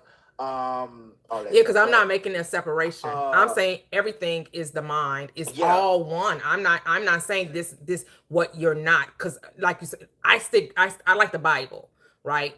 And so the Bible isn't saying who am I not. The Bible is saying who I am. I am that I am. I'm everything. There's no such thing as, like you said, I think you said this before, there's no such thing as non-existence. So when we get to start saying what's not, that's non-existence all of a sudden now. Because you're saying you're not this, you're not this. It's not about what I'm not, it's about who I am. And I'm everything, because it's a one-player game. This is my universe. So everything in my universe is a projection of me, of my mind, of what's going on within. As within, so without. And the without is because of what's within. So I can only see a sun because it's within me. I can only see a moon because it's within me. I can only see a phone because it's within me, because it's all me. I'm not going to make a separation there. So that's going to be the difference between what you and I would be saying, because I'm not going to separate God. To me, God is individual, which means it cannot be divided. The thing is God, and God is the thing. The thing is keyed low. It's spirit made visible, but it's still spirit. It's still God. It just put on form. It doesn't make it less God. It just it's just is lesser in the fact that it's limited because it's visible. So it's the limited version of God, but it's still God. Humans are the limited version of the I am, but it doesn't mean that it's not the I am. That is the mystery. God became flesh. That's the mystery we're continually to unfold. That's our story. We're becoming increasingly aware that everything is one. It's all one. It's all you. That's how I see it. I just stopped trying to separate. I just stopped trying to separate it and say it's all me. It's all happening within me and it's projected out of me. Because to me, when you get the separation, then that becomes like Christianity to me. Because Christianity says that where God is not, it's separate, it's creation. God is over here and everything else is outside of God. And so God is just looking and observing its creation. Now I'm going to say, no, God actually became its creation and is experiencing that which it became. But that's not religion. Religion doesn't say that. Religion says, oh no. God isn't that. God is not your mind. God is not your arm. God is not your body. God is not your thought. God, nope, that's none of that is God. God is separate from that. God is the observer of it and is not a part of it. And I'm saying, no, this is God's dream. God is dreaming this, and God made everything out of itself. That's what Buddhism, not Hinduism. That's what Hinduism say. Okay. Prana Brahma is dreaming all this up. And we are just the aspects of Prana Brahma or whatever. So whoever the dreamer is, that's who the dreamer. Everything in the dream is the dreamer or whatever. So all of this is God. And so when I be the concept, I try to get people that there is no you here or whatever, or your version of you is not individual. It's all there is or whatever. Like you are all there is. There is no me, you, up, down, animal, plant. No, you are all of that. Like you, right. We just gave things names, right? We just gave things names for the purpose of conversation. Again, I'm gonna refer back to the Bible. That is what in Genesis, everything was brought to Adam, and whatever Adam, who represents humanity, called it, that's what it shall be called. You wearing the mask of humanity, your God masquerading as man, and you're deciding and you're naming everything. That's why we say words mean nothing. They mean whatever you say they mean. You give meaning to life. Life have absolutely no meaning other than the meaning you assign to it. Yeah, people, when I be like, it's nothing, they're like, how is nothing from something? you just don't get it. Like, you just don't get it's like it. That's the paradox, right? Nothing. Yeah, that's the paradox. Yeah. It's both. It's nothing and it's no thing in particular, and it's all things specific, right? And so when I be trying to explain this to people or whatever, I'm like, you're using these concepts or whatever, but you need to go beyond the concepts. Take human out of it, and you will see it's nothing. Like nothing is happening or whatever, because what it all is like nothing is really happening. Like I would say, just imagine, like, okay, let's take this, like your body, right? Your body, so much goes on to like make up the body. You know what I'm saying? So take your body and expand that out to all there is. Nothing is happening. It's just what is. You're looking at 1 o'clock, 2 o'clock, 3 o'clock, or a plant turn into a tree or whatever, or a baby turn into an adult. That's not happening or whatever. I know it looks like to you it's happening, but in the allness, that's what it is. Like it is that. Do that make sense? Like yeah. But okay, so what do you say purpose is then? Oh, it's the purpose is whatever you say the purpose is. It doesn't have a purpose because it already is. You know what I'm saying? Mm-hmm. You can't give it purpose because actually you're God. You can give it whatever. I guess so. Now you can give it right, because from my perspective is that the purpose is all is. Yeah, I'm not to me, giving it purpose isn't taken away from the isness of it. I would say the purpose is for the experience. God desired form. That's why it's form. That's why you are God having the human experience. You're masquerading this form just for the experience. It's nothing more than just to experience it. That's all. It's so it's not about a wrong or right, a good or bad, or this shouldn't be happening, or this should be happening. It's none of that. It's all, what do you want to happen? Because you being the operant power can decide what you want to experience. And many of us was told, no, we had to accept what was happening. And now you realize I get to decide the happening. Nah, I'm just like, oh, I'm cool with whatever happens. Yeah, you like, I ain't sure. You like, I'm not even, you're not asking for anything. Okay. Not asking, but you're not deciding. You just letting life show up. Yeah, I'm doing that for a bit or whatever, because the whole time I was like, oh, I gotta do this, hustle culture, I gotta get my mom a birthday gift, my birthday coming up, all these holidays I gotta do. I'm like, oh my gosh. Now that I had like these multiple experiences, I'm like, none of that shit matters.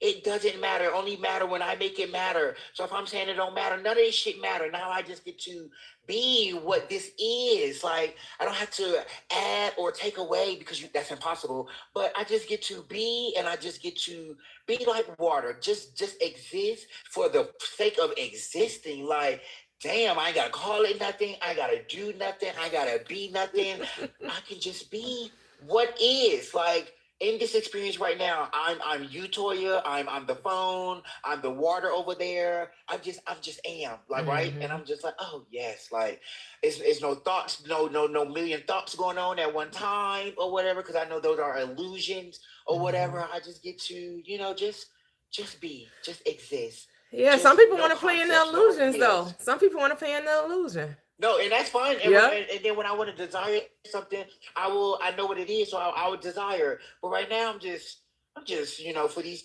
last year and a half or whatever, since I've been out of America, this shit is great. Like, it's no worries, no nothing. Nothing is happening. That's why I keep saying it's nothing. Nothing is happening. It only becomes something when you force, or when you try to change the situation or whatever. I'm not saying you can't do that, but when you don't accept what is, then it seems like a whole bunch of stuff happening or whatever. That's why. That's what suffering comes from, right? That's what suffering. Yes. When you start assigning meaning, saying, why is this happening to me? What is going on? Why isn't it happening exactly like I thought of it in my mind? That's what suffering comes from. Not accepting the isness of it all. I love it. Yes. And that's why I be going on lives and stuff, trying to get to people to see, not trying to imply that I'm not doing, I am doing. I'm getting people to see what is, like, drop all these concepts, just drop them for a second. Or you can do an experiment. I call it looking without seeing. Seeing implies describing or description or whatever. So just look into the void or whatever, and see what just look. You will see, like, oh shit, something will come over you where descriptions, concepts, ideas, all that shit just drops. It just drops. And you was like, damn, I've been missing this whole time. Yes, you have. It's just like a feeling of bliss. Like when they be talking about them NDEs and stuff or whatever, like love or whatever. Because your concepts are changing what is. You don't need to change what is. You just need to be, or you just need to just exist, motherfucker. Just exist. And you be like, damn, I didn't even know this was here. Yes, it's right in front of you. It's right in front of you. Just let them all go.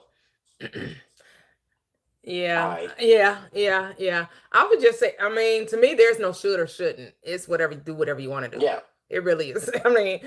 Because you are the sole creator of your experience, you get to do whatever you want to do.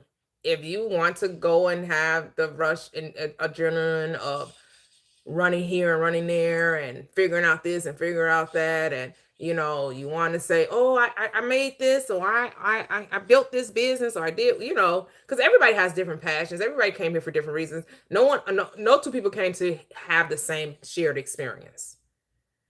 Everyone Yeah, I came want to. people to touch the existence first. I want people to touch what is first, and then go balls deep, go crazy, go ham, or whatever. But I want people to touch what is, and then from there they can go in whatever direction, because they know that no matter what direction they go in, it will be okay, because you are all there is. That's what I want people to touch, the isness, and then go ham. Go ham.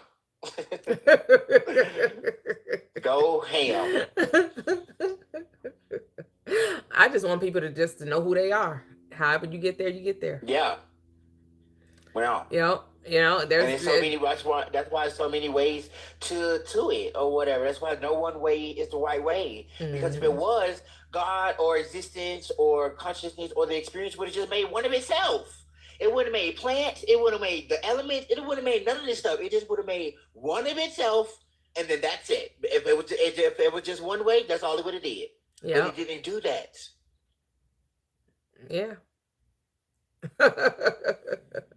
Yeah, because I'm here to remind you of who you are, but I'm not here to tell you what road to take. Yeah. The roads are infinite, because all roads lead back to self. Yeah. All roads lead back to self. Yeah. So whatever path you end up on, it's all right, because it's all right for you.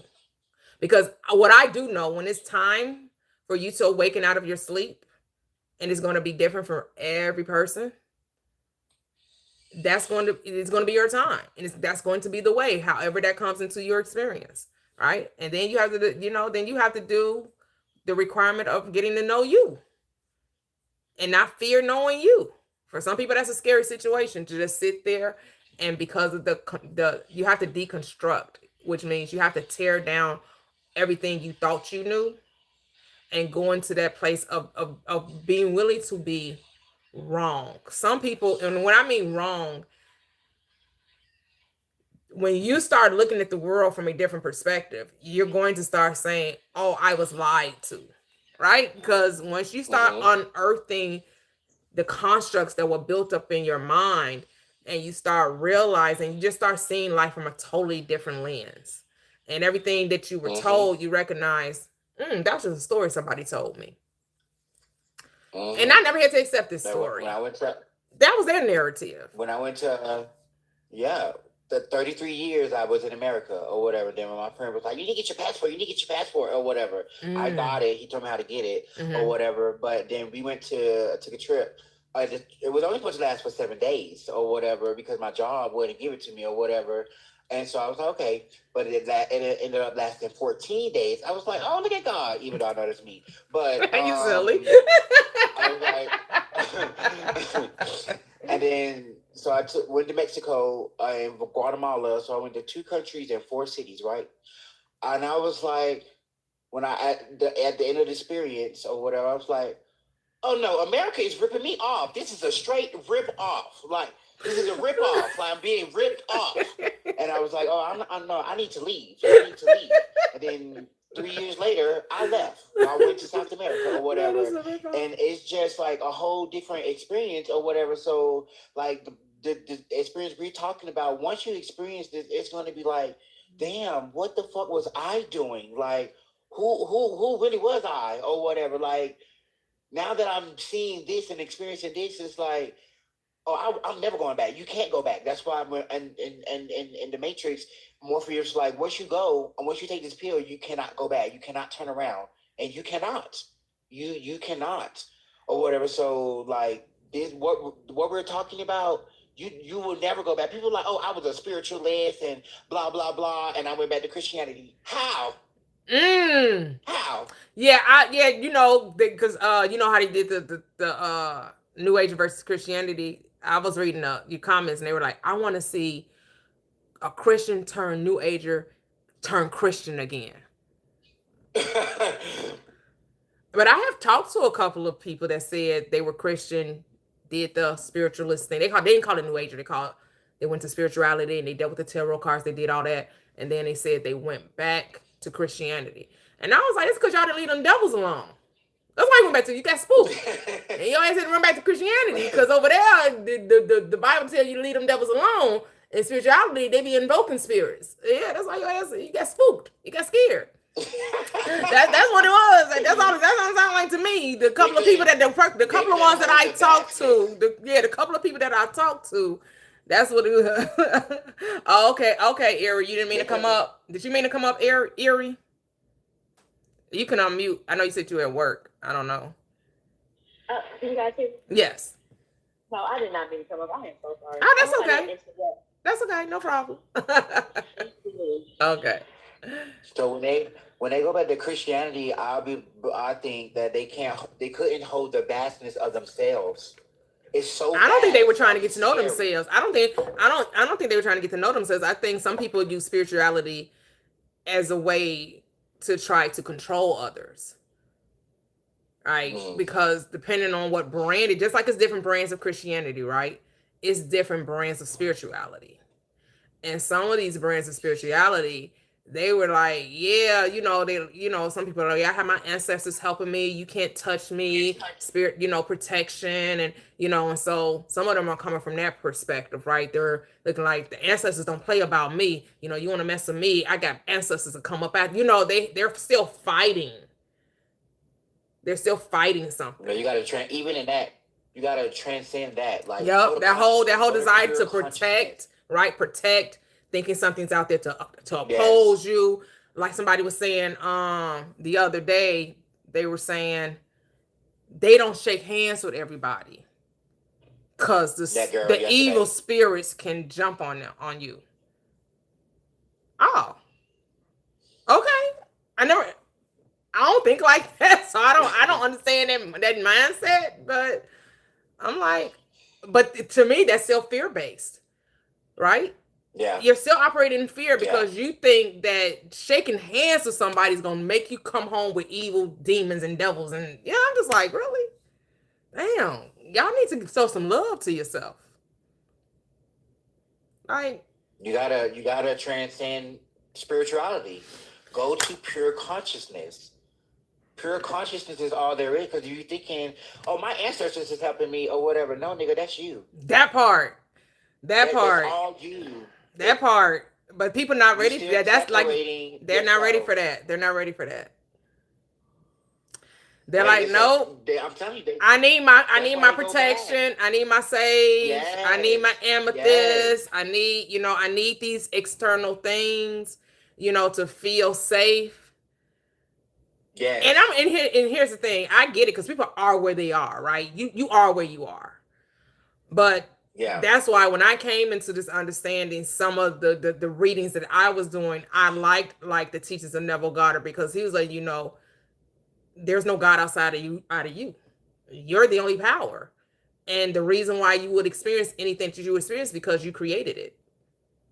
So why would I create devils and demons and Satan's on mine? Right.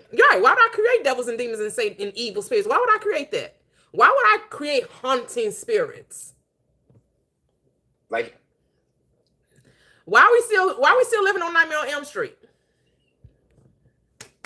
Y'all still want to tangle with she Go ahead. Mm-hmm. Queen, am I allowed to? She said, I don't want to hear from you or whatever. I was like, well, oh wow. Hold on, Ray, 1 second. What you say, Saul? We can't hear you, Saul. I'm gonna go to the next caller and let me know when you ready to talk. So go ahead, Ray. How you doing? I know you said you want to ask a question. I'm all right, sister. How about yourself? I'm doing great, thank you. Yeah, he's absolutely right. It's all consciousness. See, they think Jesus Christ, Jesus is his first name and Christ is his last. No, Christ is a consciousness. And that is what is going to return to us. Christ conscious. The Christ consciousness is what's going to return. And you are absolutely right yourself. Don't look outside of yourself. Do not look outside of yourself. This is why it is very important to watch what you say after you say I am. I know you understand that. I know you understand it and understand it. Absolutely. So yeah, that's the thing, and yeah, this is why I don't follow religion. There's over 4,200 religions. So which one is supposed to be the right one? Mm. You know? Hello? And then people don't understand etymology. That book you're reading from, Holy Bible, the etymology of the word holy is Helios. Helios meaning sun. Bible meaning book or pages, therefore sun book. It's astrological allegory. Written in parables, not meant for you to understand, was meant to control you with. They tell you to wait till you pass away to go to your heaven while they have their heaven here on earth. It's crazy. Then they tell you you're going to burn in hell. How can a soul burn? Only material things burn. I figured this shit out at 8, 9 years old. They used to kick me out of Sunday school. Leave him home next Sunday.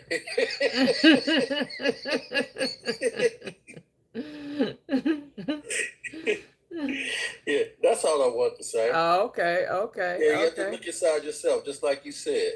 I mean, and it clearly tells you in the Bible. They give you hints in that Bible, but we don't look at that. It tells you your body is the temple. Absolutely. He went to a place. He went to a place called Pineal. Your pineal gland. Yeah. You know, come on, man. They just pick certain parts out and see what they is. They have been fear-mongered, and they're afraid of some fictional hell. Yep. If there's a hell, we're living in it right here on Earth. Well, not we.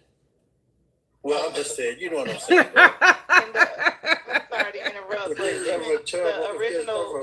Hold on. So my panel, I go in order. No, I'm sorry. No problem. I'm sorry. That's okay. I'm almost done. So if ever there's a bad realm that we have ever sat on, I think it's this one. That's all I was saying. I was on here yesterday. It's in the chat. You can come up and talk about it because I didn't twist your words. Why would I twist your words? Hey, I mean, you can hold on for a second. You can I'm talking to someone in the chat. She came on my panel yesterday. No, I think my chat is delayed. My thing is delayed. I apologize. Oh, okay. I didn't twist your words. You did say that you don't shake people's hands because you're scared that they're going to transfer evil spirit to you. That's exactly what you said. I recall it. So she's in the chat. So I'm gonna go to the next caller though. Were you done, Ray? Yeah. No. Well, you didn't say that you were scared, but why are you concerned about evil spirits? To me, if I'm not going to do something because I think something negative is going to happen, to me that's out of fear. But no, you're exactly right. You never said you were scared. You're exactly right. You never said that you were scared, but you did say you won't shake hands because you don't want evil spirits. And I'm saying there are no evil spirits. You're creating them.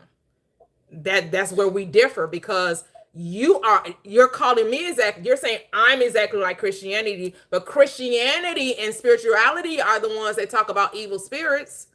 I don't talk about evil spirits because I know they don't exist. But some spiritualists and Christianity and Islam and certain other religions definitely believe in evil spirits.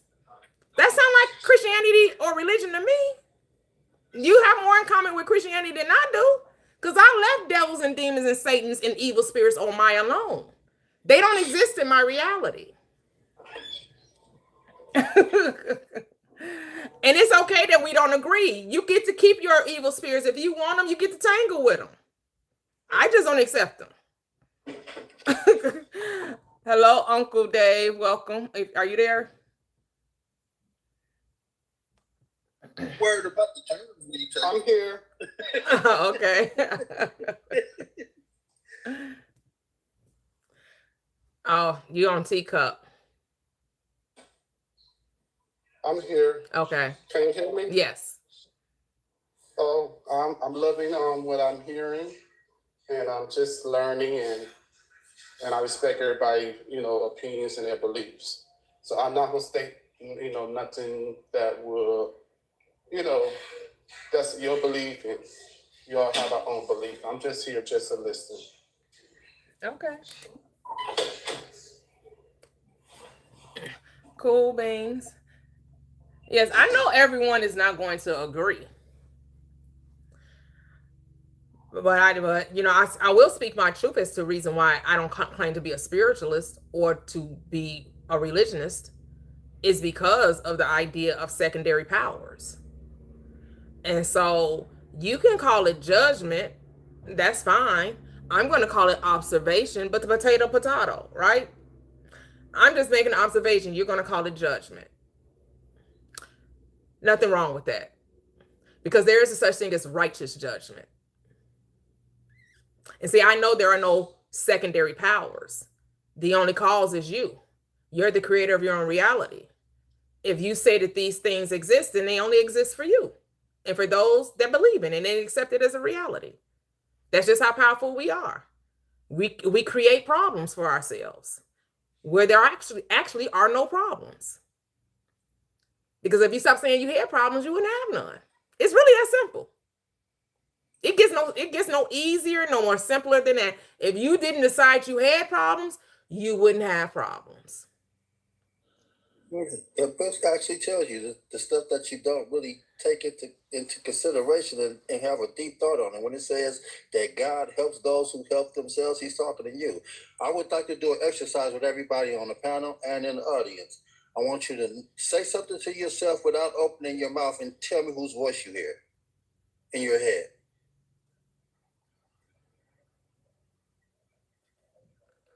Whose voice do you hear?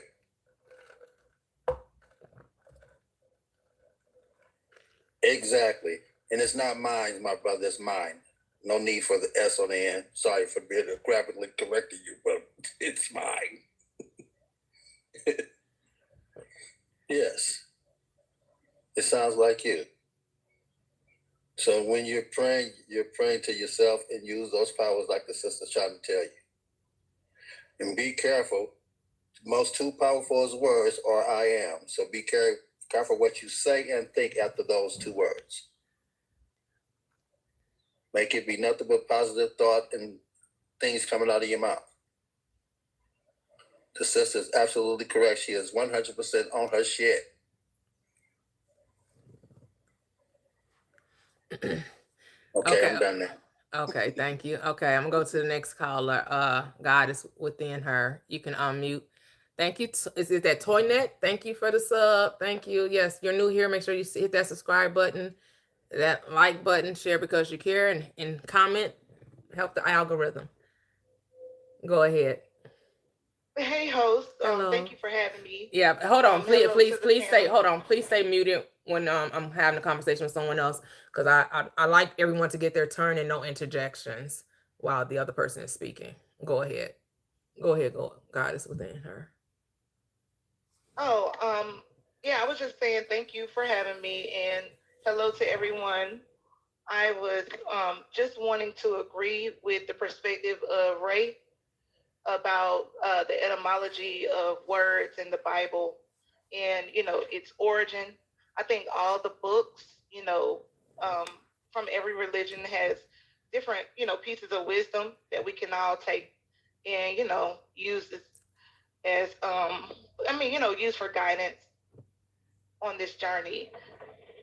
The original term hell or the original writings was speaking about a place called Gehenna. Mm-hmm.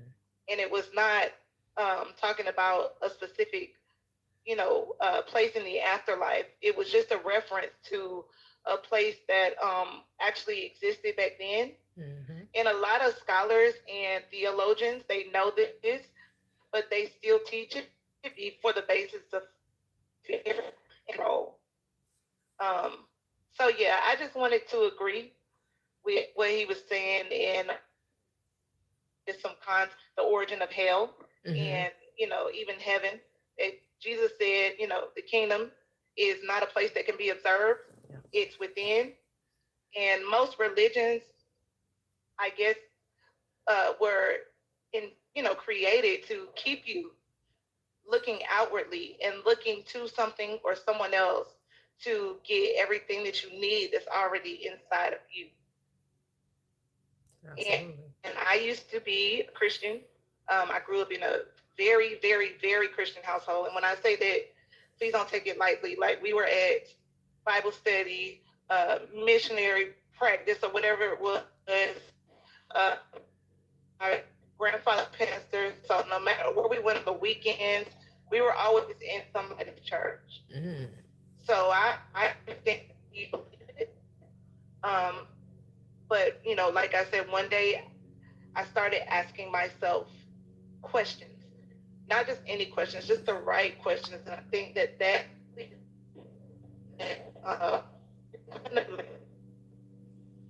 you breaking up. Is she breaking up for y'all? Yes, that's all I say. She's breaking up. Mm-hmm. Yeah, because, huh? I'm sorry? So, I'm breaking up. Yes. Yeah, you're breaking up, sister. I'm breaking up.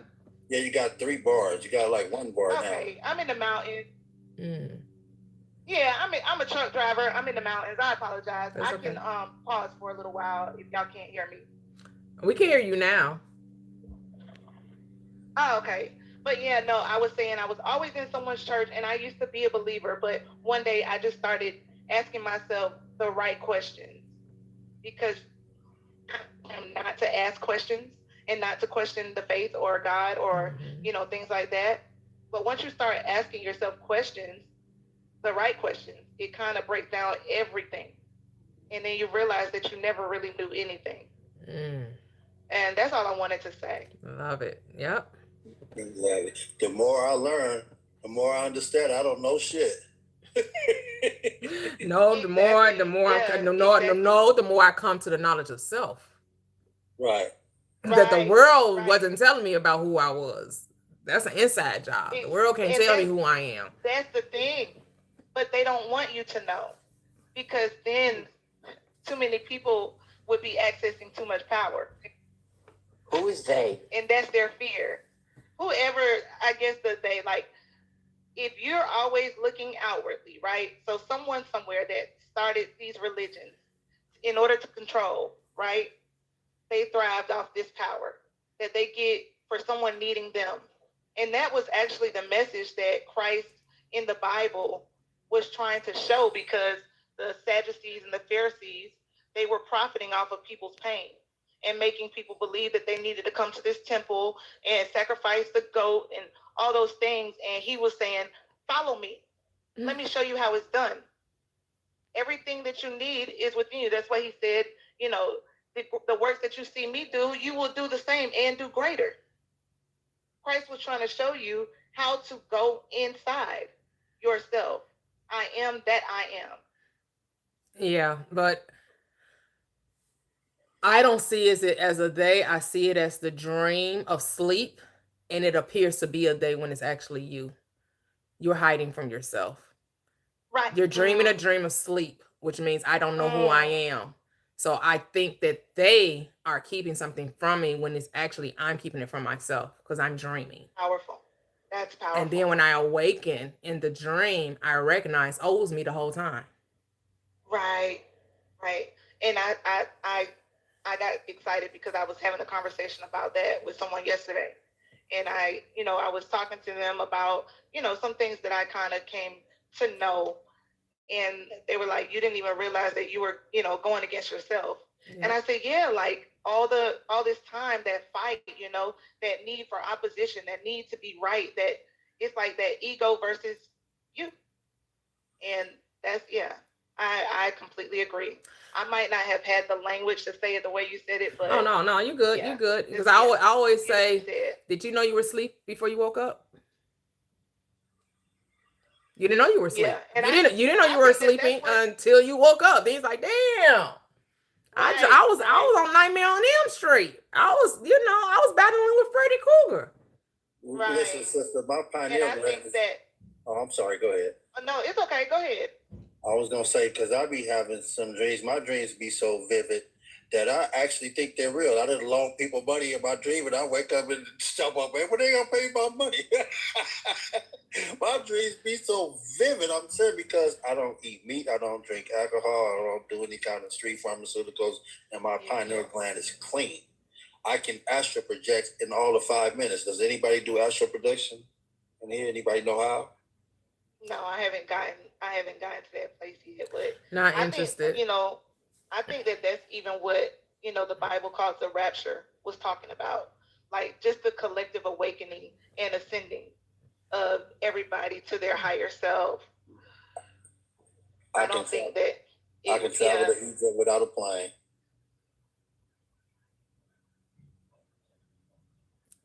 In all of 5 minutes. Everybody's not meant to astral I project. mean, but That's you why can do that. You don't have to. You could do that in your mind too. Anyone can go anywhere in their mind. No, I'm saying I can make my. I know, but okay, but okay. I get what you're saying, but then what does that? I get what you're saying, but then okay. How does that help me? I didn't say that. All right, because I think that the mystical stuff, the mystical stuff to me is something personal to each and every person. And if you feel like that's something that you want to, because I feel like everybody's pineal gland is open. I'm perfect. Everybody's perfect. Everybody comes into this plane perfect. They just forget their perfection. They just forget they're perfect. But when you wake up, that's a pineal gland, and you don't do nothing special. No, you don't have to do nothing special to make it happen. It's not what goes into a man that defiles him. It's what comes out of the man. Is what. It's nothing wrong with you. You're absolutely amazing just the way you are. Right. You don't have to try to reach perfection. You are perfection. Yeah, and I think that also becomes an issue when it comes to the journey that other people, like once you reach that level of awakening, like other people make you feel like, or try to make you feel like you're not on a certain level, or you should know this and you should know that, and this is the knowledge and that is the knowledge and this is what's right. And I actually, when I first started asking myself those questions and, started realizing that I knew nothing. At one point, I was just reading so much and taking in so much, and something said, like, listen, hey, you know what you're supposed to know. It's for you. What's for you is for you. What is not is not. That's their journey. That's their walk. That is their necessary knowledge. If it resonates with you, take it in. If it doesn't, leave it there. Okay, so can I answer the host because I'm 62 hold on.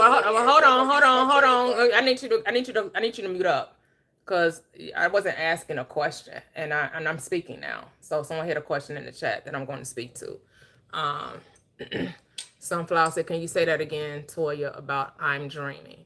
Yes, we come into this life dreaming. We dream the dream of forgetfulness, amnesia, for the experience of duality. And then when you get to imagining the dream of separateness, the illusion of otherism, as I like to call it, when it's time to you to wake up, then you recognize what you thought was a they was really you pretending to be a they. Imagining masquerading as a human being when you're really a spiritual being having a human experience. Exactly. That's it. But yeah, you can explain what you said, but this is what I ask. When someone's speaking, please stay on mute. Because I don't like the when someone's speaking, I want them to have their turn just like you get your turn. And just like I don't want anyone else interjecting while someone's trying to complete a thought, finish a thought, because you don't want someone to do that to you. You want to have your space without someone, if they don't agree with you or they do want to agree with you and then they interject and then you lose your thought and all that. Just let's stay muted while other people are talking. If we cannot do that, then I would just drop. Because that's how I run my platform. Because I don't want to hear the background noise. I just want to have everyone given their opportunity to speak, and then when they're done, then the next person can come along and have the conversation. But I don't know what age has to do with anything. I heard you saying something about you're 62. I don't know what age has to do with anything, because age has absolutely nothing to do with anything. Go ahead. You asked me what it does have to do with you, and then she started talking, but you were actually talking to me. No, that was a rhetorical question. That wasn't specific to you. I was being sarcastic. Okay, but go ahead if you want to answer the question. What it done for me is made me look at life totally differently. That's all I'm saying. And I want to add on to what you said about you forget I was like, that was the point I made. And when I came up, we forget who we are. That's the point that I was making when I first came up, when I said Christ consciousness will come back to us. This is what they talk about when the consciousness will come back. Christ is a consciousness. So you're speaking, I was just agreeing with you. And it was, I didn't think I was interrupting nobody, but it's okay. Y'all have a blacktastic day. A blacktastic day? I don't know what that is, but okay, you have a wonderful day. Yeah, have a wonderful day. We all have to address our ego from time to time. It's not about right or wrong. It's just exist. Like Soul said that to me on a panel before. Soul Evelyn was like, "Listen, we just exist. It just is. Like your reality is your reality. You can't make that my reality. Don't try to force nothing on nobody. I'm not trying to force nothing on nobody. Just exist. Do your thing." Yep. Well, what I realized, we have to be okay with not agreeing with one another 1000%. Right? That's that ego. Yeah. Right. That's that narcissistic. Because here's the thing: when someone speaks something, then I say I don't agree with it. Now it's judgment. Now it's like, I don't have to agree with you, but I can still speak to what you're saying because this is my panel. Like, what we doing? Like, I'm not looking for everyone to come on this panel and have my shared experience when it comes to whatever life path they've chosen for themselves, right? So yeah, I think that once you really gain the, like they say, understanding, or you gain the knowledge that you you remember the things that you are supposed to remember individually, then the fight, there's no need for opposition and there's no need for the offense. So, what you're saying, it can't hurt me or, Right. Because everyone is only speaking from their own experience, right? Yeah. And for me to say, well, my experience is the only way, the right way, and if you haven't experienced the way I have, then that makes it wrong. No. It's infinite ways to experience this thing we call life, and it's going to continue to be, which means what? We can't count it. We can't number it. Right. It's timeless. Perception is what creates the reality. That's how you see it, and that's your reality, but it doesn't make it mine. Yeah. And it's just accepting. It's just accepting that. That old saying, it is what it is. It is what it is. Yeah. It is, But what the thing is that, yes, on my panel, in my room, because I know, not think, I know there's only one power, and that power is you, whoever you are. And when there are people that come up and want to convince me, no, there's a second power, and this power is called a devil, demon, Satan, or evil spirit. Well, then, yeah, I'm going to say I disagree with that. I take full ownership and accountability for my experiences. And you want to double down on the evil, I say you want to fight for that limitation, you get to keep it. But don't try to convince me of it. That's a you thing, not a me thing. And can I add to that? Mm-hmm. They don't even realize the duality or the and polarity of it. Okay, the light of the world, Jesus Christ, and Lucifer, the light bearer, right? So the light, and then you have the thing that holds the light, right? The eye. That's what, perceives or bears the light, right? So your eye, they say is the one that lusts, is the one that, sees greed or whatever, right? And then the light that is within you, everybody knows, on conception, a spark happens. That's the light, right? It's just the duality. And it was just the poetic way that they decided to explain the human existence. Is that the light in your eye can be considered as evil or whatever, because, it's all about what you see in front of you instead of what you know inside. And I hope I explained that so it makes sense. Yeah. That, to me, that's the experience in the sleep state, though. To me, when you awaken, now you're supposed to operate from the state of unity. No longer, now you recognize there's no duality there. There's a oneness taking place. That it's not this and that, is that I am that. That if it's greed, it's because you're deciding that it is. You're the ultimate judge of your reality, right? You get to decide what's good, bad, what's wrong, right, what's positive or negative. You're the ultimate judge. And that's what the Bible was speaking about when they said that, you know, the bridegroom, or, you know, you become one with Christ. Mm-hmm. It is when your consciousness integrates and becomes one with your mind, or your, you know, the physical self. And you learn to, you know, that it goes together. Mm-hmm. Yeah, but here's the thing, what's so interesting about this. Because there is no wrong or right, it really doesn't matter what you do. It doesn't. In the grand scope of things, do what you will. Do what you will. Look at him. Do what you will. Soul says that all the time. Like, right. I can. If I want to fight, I'm going to fight. If I want to, you know, go, I'm going to go. If I want to stay, I'm going to stay. If I want to eat, I'm going to eat. If I don't, I don't. You know? Yeah. It is. Yeah. Yeah. Yeah, that's what it is. But, yeah. Because those are the questions that I ask people who, you know, try to, I guess, you know, cram me or Bible thump me. Like, you know, like I tell them, like, I've read the word. I understand it. You know, like, I've dissected it. I've studied it. I get it.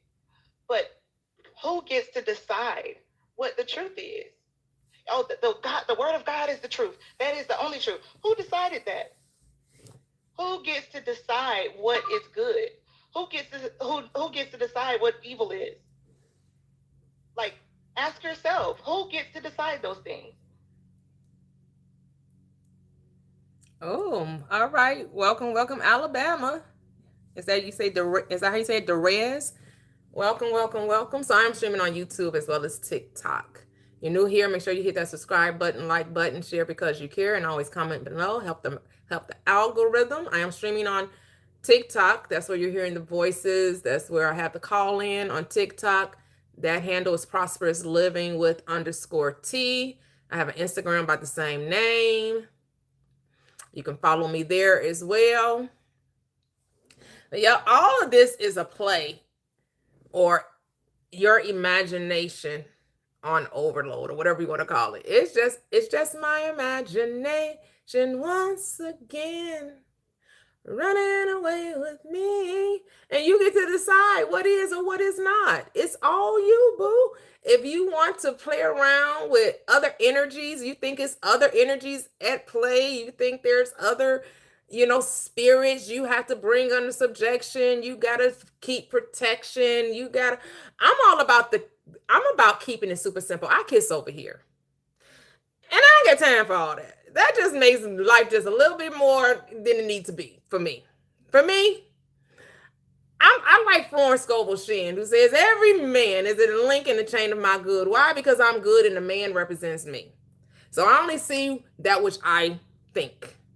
If I think somebody is being rude, and guess what? They get to be rude because I think it. Because I could also just extend grace to people and maybe just see it from a different perspective and say, you know what? Maybe something going on. Maybe they have something, you know, everybody don't know how to handle things that's going on. Extend grace and just be like, you know what, maybe I'm going to be the sunshine in their day today. Maybe maybe my interaction is going to be the interaction that lifts their spirits instead of adding to whatever is going on with them, right? Because it's all about perspective. And you're deciding the interactions you're having with people. Why? Because of the way you're thinking. It's the way you're thinking. And so if you don't like the script, change the damn narrative. People forget how powerful they are. And that you are the author and finisher of your faith. That all things begin and end with you. The only power in your world is you. There's no other power. Yeah. Hey, Miss Kitty. Hey, thank you for selecting me. I just want to add to that. It's, and I don't get it yet. I mean, I'm working on living this truth and this reality, and the reality being, in my mind, that, for lack of a better word, God is a force, and it's like it's pure in its existence, and whatever we impose upon it, and I'm just saying what you're saying in a different way, whatever we impose upon it with our thoughts and our musings, and like you say, in our different interactions, these fall out and outpicture and project as our experiences. So again, it's a matter, it's just the task of, and I say it all the time, becoming acutely aware, intimate with yourself and your thoughts, paying attention, on guard. You know, not in a way that you're all stressed out and twisted, but just aware, getting a hold of yourself. So, or I'm getting a hold of myself. So then, again, the outpicturing will eventually change. It's gonna change. It has to, but you still got to pass through whatever it is you need to pass through in that moment to get to the new reality. It's magic. It's magic. Oh, okay. Miss Sunflower came up. She normally don't come up. So let's see what Miss Sunflower has to say. Thank you, Miss Kitty. That's it. It's all magic. Hey, Miss Toyia, how are you? I'm doing great. How are you, Sunflower? I'm doing wonderful. I just wanted to come up to give you your flowers, and that I really appreciate your lives. And one of the things that you really helped me with, freed me, when you were talking about how when people, like the gentleman was talking about astral projecting and open up your pineal gland and all that stuff. And I remember how I would always try to do those things. But you reminded me that that's just for their experience. And that really freed me. And just what you said earlier about we're perfect, we come in perfect. So we don't need to be opening up our pineal gland and doing all that stuff. And I mean, I tried that stuff like that for years. And it never like happened for me. So I really appreciate that. Oh, you're welcome. Yeah, sometimes we can get into this competitive or this, and I don't even think people need to do it on, it's not, I don't think it's intentional or it's like out of malice or anything, but sometimes we get into this, this conscious superiority, right? Because it's almost that religious mindset still of, I'm here because I got all these gifts and I have all these prophetic leanings and God is really using me in this magical way. And if you haven't had these type of experiences, then you're not on the same level, and God especially chose me and he didn't really think about you, and you need to listen to me because I'm more connected because I'm having the, and I don't even think some people may be doing it out of, just, as some people say, ego or, puffing themselves up. And then some people are they're just sharing their experiences, right? And they're just saying, I had this experience. And they're not saying it for any other reason than just to say, this has been my, I've had this, I thought I was going crazy. I didn't know what was happening. I could see myself out of myself. Because I have a friend that a long time ago, she's had 2 out-of-body experiences. But it didn't lead her to what we would call enlightenment. She just has this gift that she still really doesn't fully know what to do with it, what it means for her, what that even, but she's had it. It's not something that she can control, but she's had 2 very, and I know one of the very specific ones she had, it scared her friends because she was privy to some information that no one else knew about. And she doesn't quite understand why she's able to what some people may say astral project or have an out of body experience, because it wasn't something she was intentionally trying to do It was something that was happening to her. That's why I'm like, if you're supposed to experience it, I think it's just gonna happen. Cause she wasn't eating clean. She wasn't, I know she, smoked the wacky tobacco. I don't know if that had anything to do with it, but I know that she does that. But other than that, she didn't have no special diet. She wasn't reading any mystical books. She didn't know anything about spirituality. But these things were just happening to her, and she has no explanation for it. She still doesn't even understand it. And so, yeah, Sunflower, I don't think we need to feel like, well, it isn't happening to us. So that means, no, I haven't had it either. I mean, I dream and I can remember dreams vividly. Have I ever, like what people call lucid dream, like awaken within the dream and control the dream? Like some people say we can? No. But while you're dreaming, you really think that you're in it until you wake up. You're like, oh. And then you could still quite remember it real vividly. Right? You be like, and then the ones that you don't like, you be like, changing that. I ain't accepting that dream. Oh, hell no. I'm like, I'm revising that. I'm rejecting that dream. Yeah, I had to do that last night. I'm like, I don't know where this dream came from, but no, I reject that. Exactly. Yeah, there's just like so many things that, while I have been, it's been years now, in this awakening process and just trying. There's so many things like not eating certain things and all of that. And it just didn't work for me because once I realized that, like food, for instance, that was one of my things.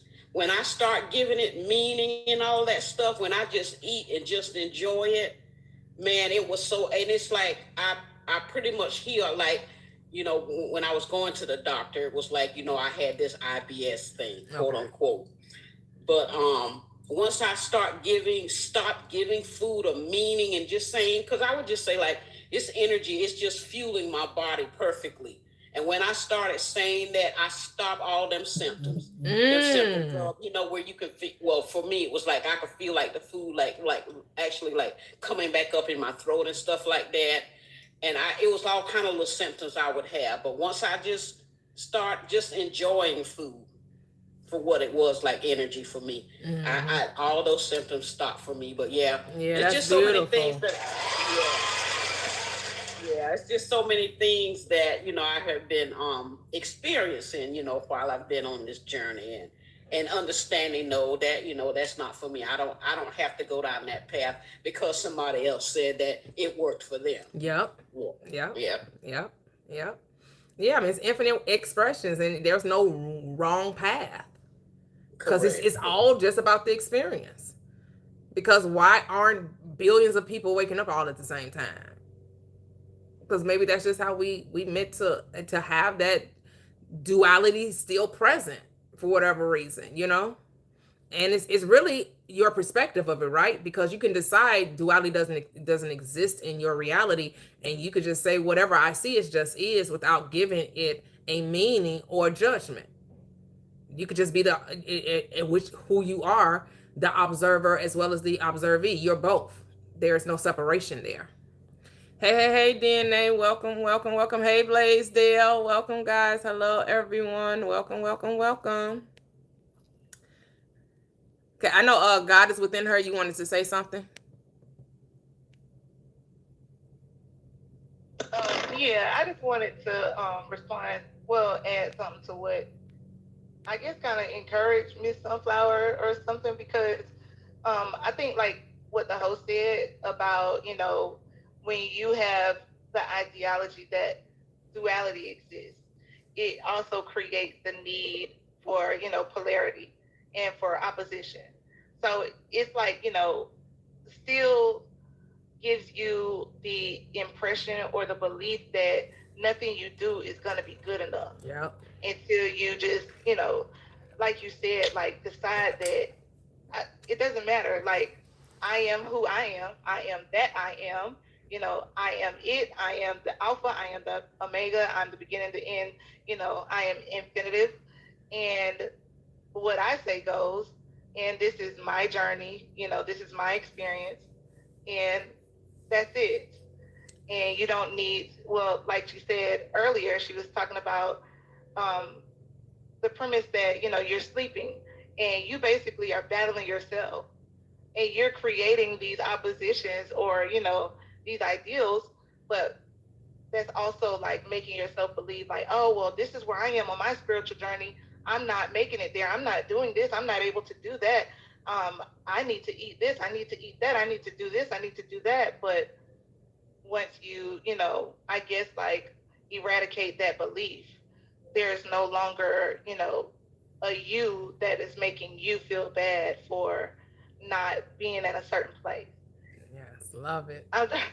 Yeah, I was just agreeing with both of y'all, but I just wanted to encourage her because, you know, that I've been there too. And yeah, once I just started accepting it for what I know, that was just, yeah. That's enough. Right? Like, we don't need to seek no validation. It's not about worthiness or deservingness. When you understand that you're God, you let go of that need to prove worthiness, a need to prove deservingness, right? No need to seek validation. Not that any validation is wrong, right? Because sometimes validation helps people get focused about whatever they feel like their path is, right? And so they may look and be inspired by someone else that may be doing the same thing, or maybe their story sounds similar, or they can relate to it, and it inspires you, encourages you, like, yeah, I got this. Yeah, I can do that too. Yeah, this law is no respect of person.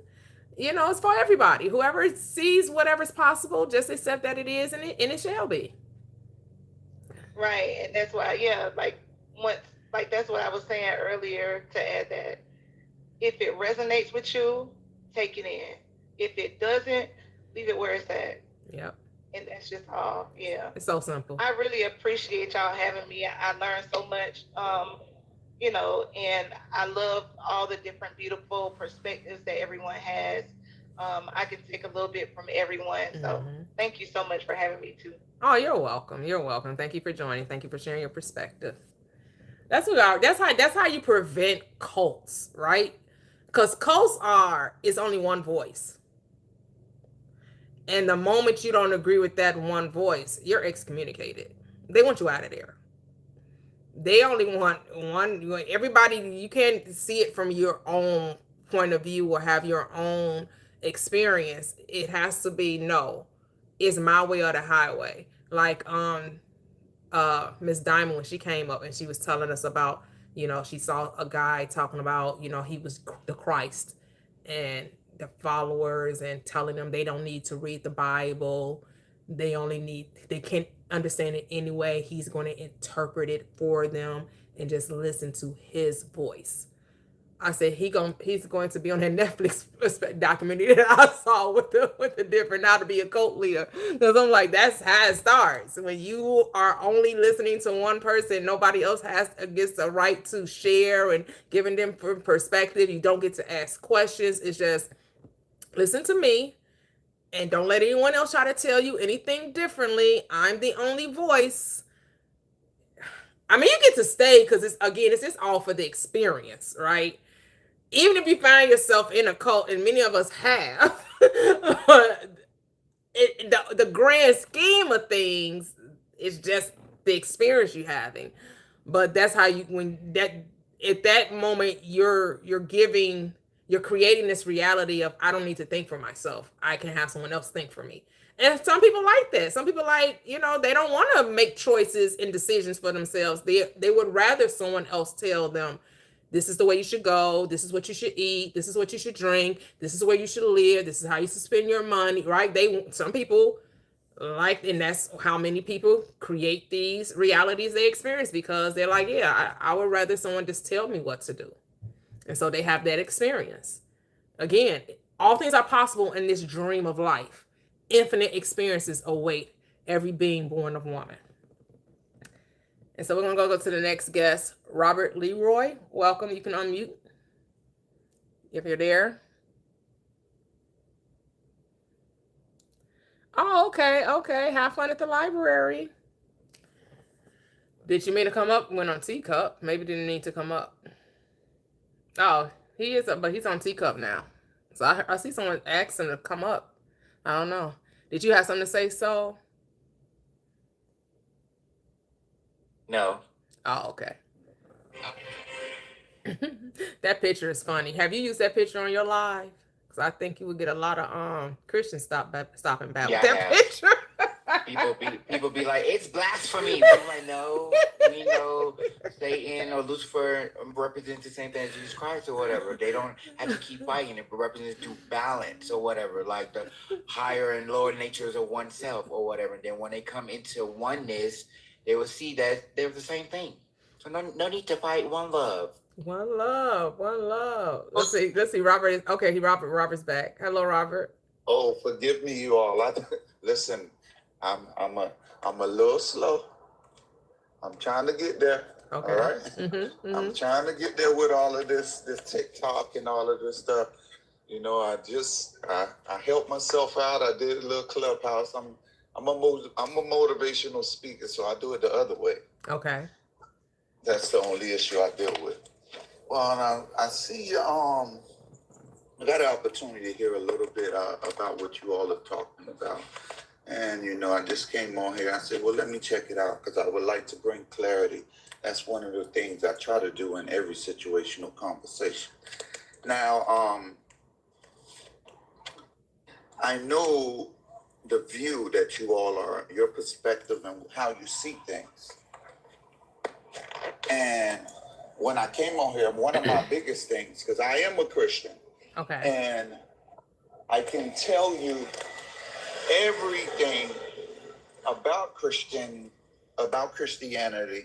and based on, you know, because what really happens is it becomes stereotypical. I can say right now that, hey, every person I know that's a New Ager, they're doing this way. Or I can say, because this person hurt me, all are like this. It's no difference than a person get hurt in a relationship and they say all Black persons are like this. All white people are like this. But that's the problem.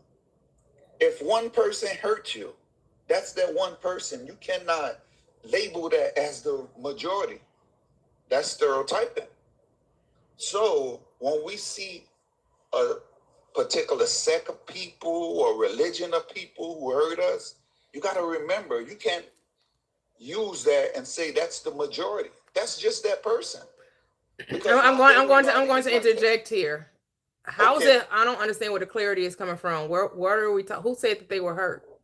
Is that what you're about to talk about? Somebody being hurt?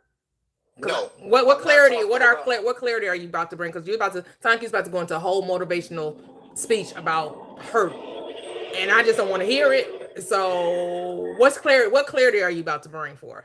My clarity is, well, let's do it like this.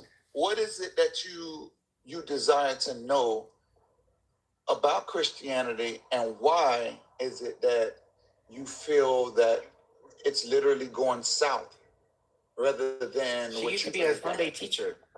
I don't have any desire to know anything about Christianity. I know all I needed to know. Like Saul said, I used to be a Sunday school teacher, so I got it.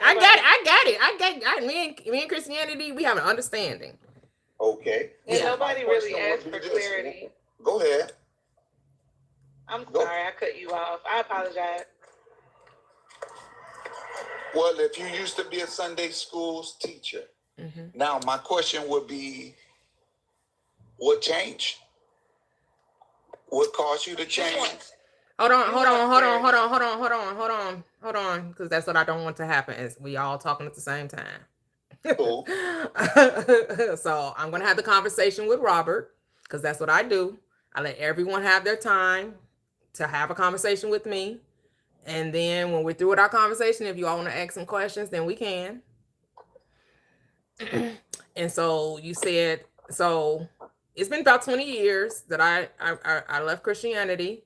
And when I became a Sunday school teacher, it just had me diving more deeper into the word. And that's when I discovered the contradictions. I will say this, though.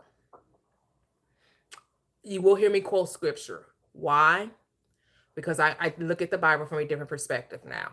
I no longer see the Bible as a historical text. I now see the Bible as a psychological book. And so I see the Bible as a book about me, about every being born of woman. And that And when I say every being born of woman, because every being born of woman has the ability to think where no other creation does. Thought and speech is the gifts we were given when we came onto this third dimensional plane. We communicate with our thoughts and our speech. And that's the creator in man, the ability to use that your words, your thoughts, your ideas, and bring them into form. Okay.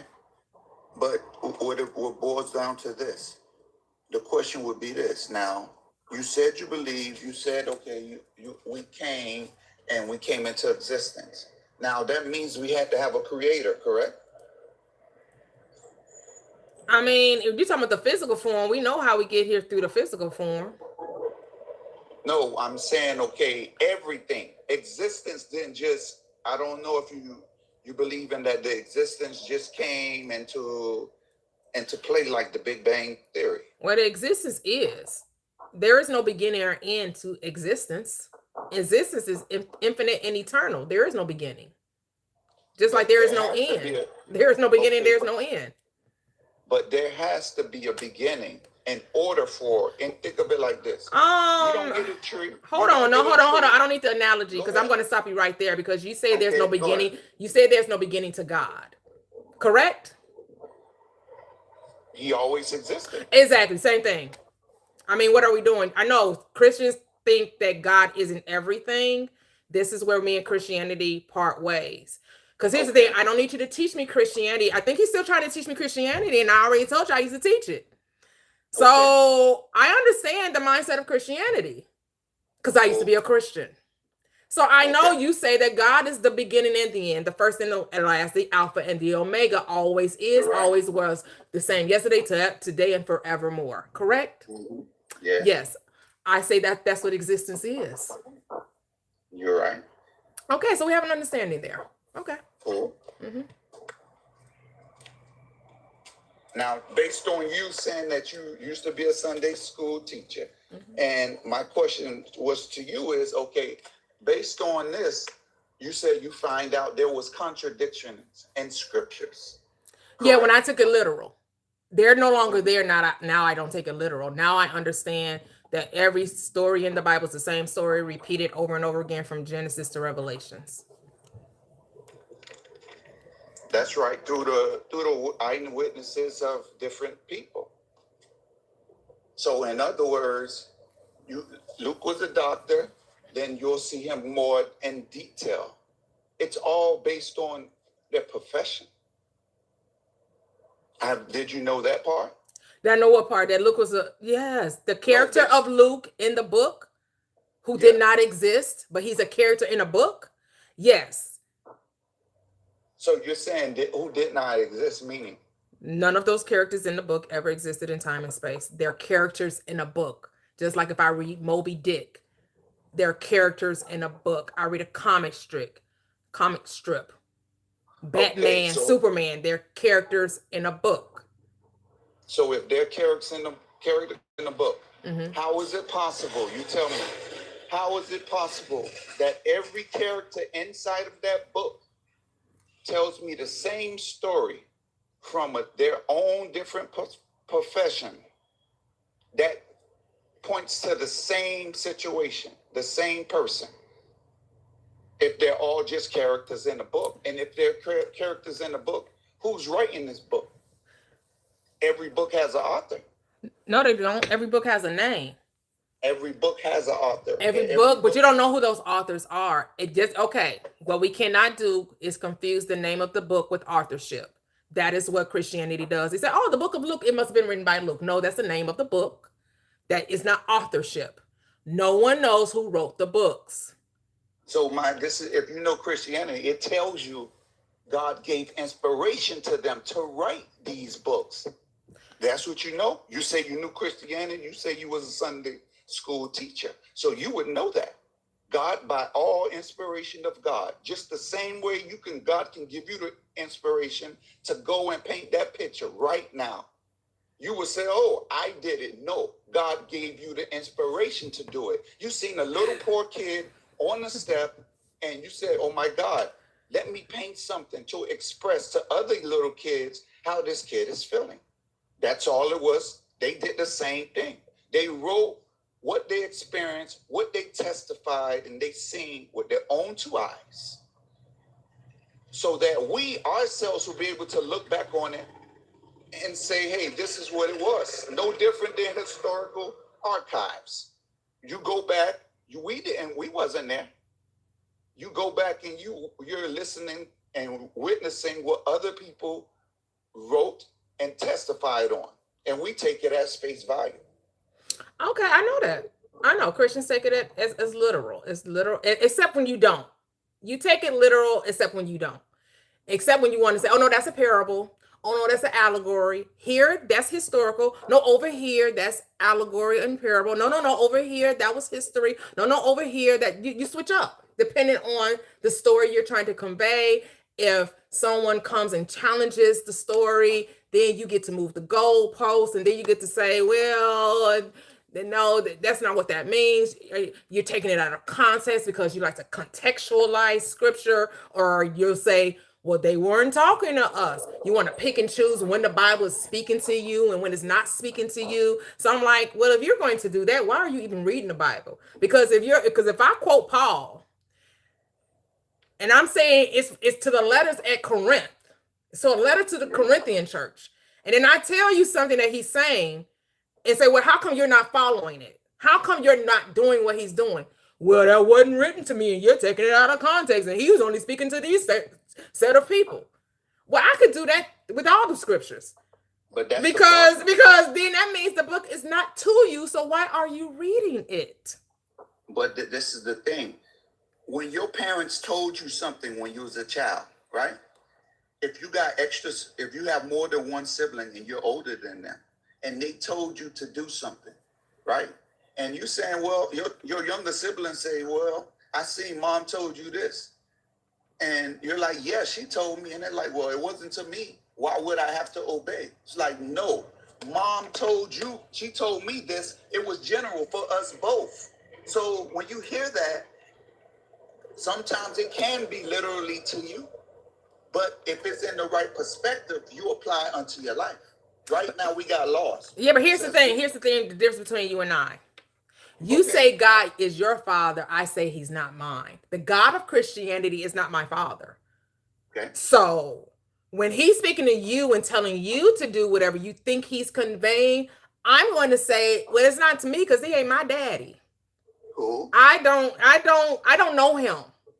Cool. I don't know that God. I know the God of the Bible, but the God of Christianity, yeah, I don't know him. He don't know me. We don't know each other. So I don't have to listen to anything about the Christian doctrine because it does not apply to me. It only applies to a believer that accepts the doctrine. You're right. And so if that's the case, now you got to remember now, it's no difference than, I'll give you a better terminology. Now you got the Jews, right? These people, they was God's chosen people. You know that, correct? That's what the book says. So we'll go by the book, what the book says right now. Now, that was God's chosen people. In other words, they was the one to have the inheritance. Everything was given unto them. We're Gentiles. We're of the world. We don't know nothing about that inheritance. We don't know nothing about what they was going to receive. We was called to damnation because God's like, hey, you're not going to receive the promise. But this is the thing with God. He says, I'm going to engraft you in. No longer is there just Greek, Jew, or any of this stuff, because that's what confusion does. That's what religion does. It separates. But God don't care about religion. Man makes religion trying to get to God. God wants relationship. God coming to us. I'm glad you said that because you brought that back to my prompt. It took us out. We went on a winding road. We went all around the mulberry bush in order to get to the prompt, because I know Christians can't help themselves when it comes to relationship. And so you see what my prompt says, right? About relationship. Okay, let me see. Relationship with God, Jesus. Relationship with myself. And I am Lord thy God, and there is no God beside me. Okay, I see your prompt now. Yeah. Because I'm trying to do 1,000,001 things, believe me. Yeah, but I just want you to know the relationship with God is a relationship with myself. I am God.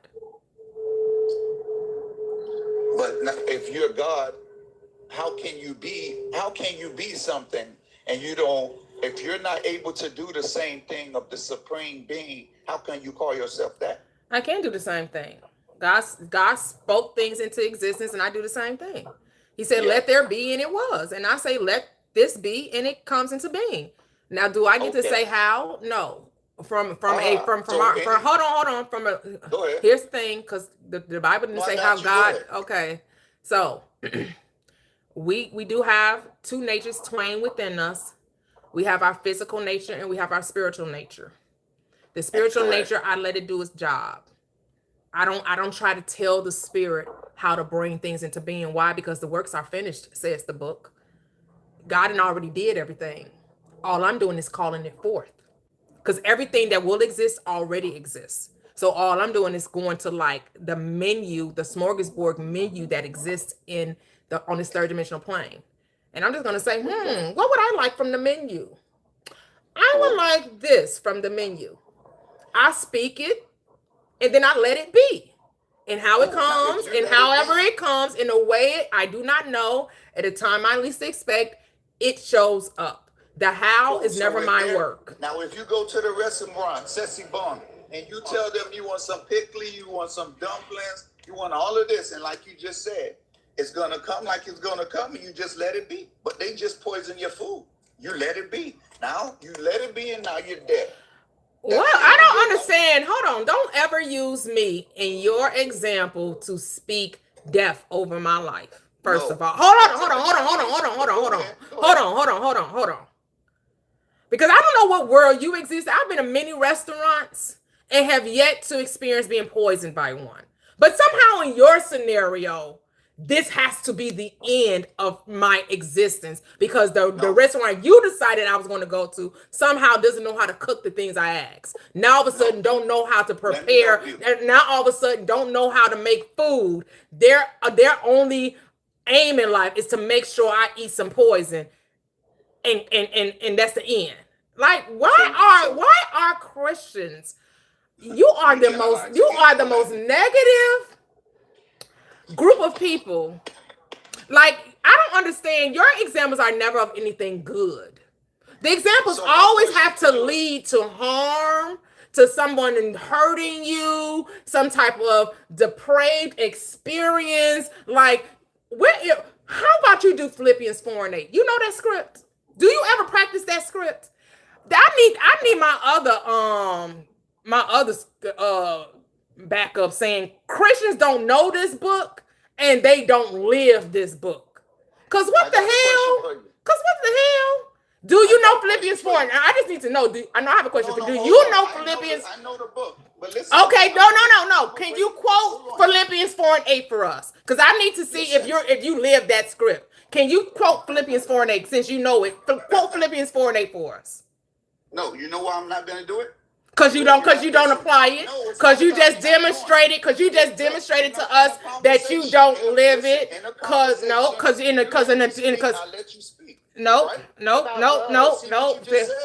Here's the thing. This is my panel, and you're trying to interrupt while I'm talking because you don't like what I said. Because I said, your example was not love at all. I said it was evil in its nature. And so I came to that's right. You don't live according to the script. Because you're displaying to me that you don't live according to the script. And so I wanted to see if you even know your script. Do you know Philippians 4:8? I can tell you what it is. No, I know it. I know it. I just want to see if he know it. I want to see if he said he knows the book.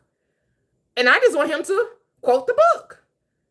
Because he's not at this moment doing what it is recommended for him to do in his book.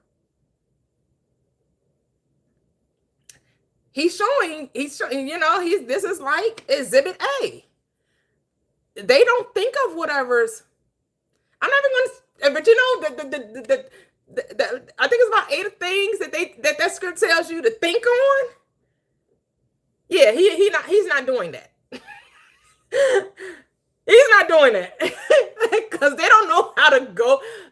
They think they're going to lead you back to Jesus with fear and condemnation, because they don't know with loving kindness have I drawn thee. They know with fear I'm going to make thee. Go ahead, Mr. Robert. Did you have to go look for the script? You going to quote it for us now? Because I know the script. I didn't have to go look for it. You can, I know you, you can unmute. You have to unmute. Now, are you gonna let me speak? Because let me tell you how the debate goes. Not even a debate. I'm gonna interject again. I'm gonna interject. You think this is democracy? This is dictatorship on this live. So because this is my panel, I get to run it how I want to. Don't try to act like you didn't have plenty of time to talk, because I sat there and listened while you talked without interjecting you, except when I said I was going to interject. And I wanted to interject on that little example you gave of going to a restaurant, and in the fact that I even let you finish the narrative. I shouldn't even let you finish that story because it was not pleasing to my ears. It was not Philippians 4:8. So please stop trying to tell me how to run my live. If I don't like what you're saying, because I don't do the fear mongering on my panel, I will interject. Because if you want to be led with fear, you can go start your own live. That's a hard stop on my panel when people start with the fear mongering. I just will not give entry. I'm going to be like the Bible says, guard my heart with all diligence, because out of it flows the issue of life, death and life, and the power of the tongue. And those that love it shall eat the fruit thereof. So I don't want to hear. I'm going to guard. I'm not watching it at the gate. They're watching it at my gate. And I'm going to be like, who goes there? And if you cannot stop speaking evil, the conversation will end. Because I'm going to need to see some love. I'm going to need to see some fruit about you. I'm going to need to see that Galatians 5 and 2. Yeah, that's what I thought. Because what? Thank you. Because, oh my goodness. Lordy, Lordy, Lordy. What did you want to say, God is within, before I go to the next caller? But keep it short a little bit. Keep it short a little bit. Because he was, like I noticed that. And like I said, I used to be that too. So like I said, they don't ask the right questions, but I always tell people I had to ask myself, what would I believe if I wasn't told to believe what I believe? Like if I wasn't taught that from a small child, or, what would you believe? Like you're taking in, like you said, doctrine, dogma, fear mongering and things like that. But what do you really know? Because you're telling me that this is the truth. And how do you know that's the truth? Yeah. Yeah. Crazy. Well, on to the next caller. Hello, Bootsy. If you're there, you can unmute. Welcome.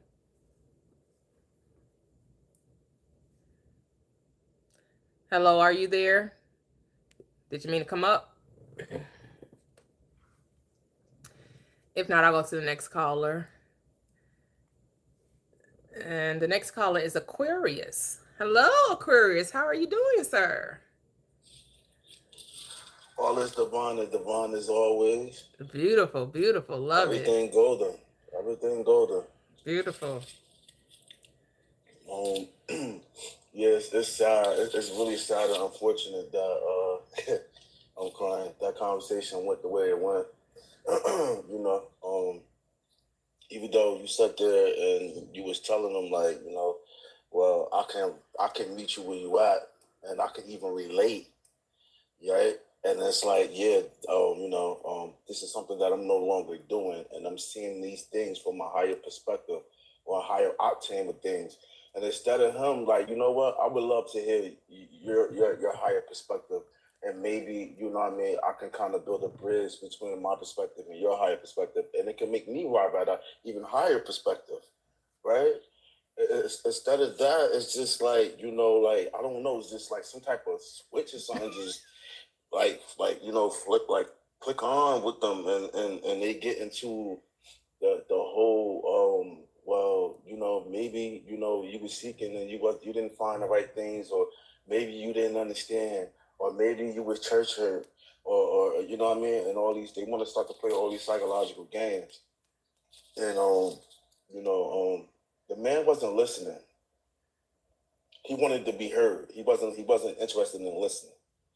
And when you come into conversations like that, there's no understanding to be had. It's like the man just threw up a wall. And after a while, you get exhausted trying to talk to a wall, thinking that the wall gonna talk back to you. Mm-hmm. So I mean, like, I don't understand why, like, like, we all had to operate in this world with this high mind mentality, and that we all have to think, do, speak, say, and walk in the same fashion, in the same light, when we all were created in our own unique way. You get what I'm saying? Everybody on the panel, everybody in the comment section are uniquely created as a one of one. You get what I'm saying? Mm-hmm. There's no other you but you.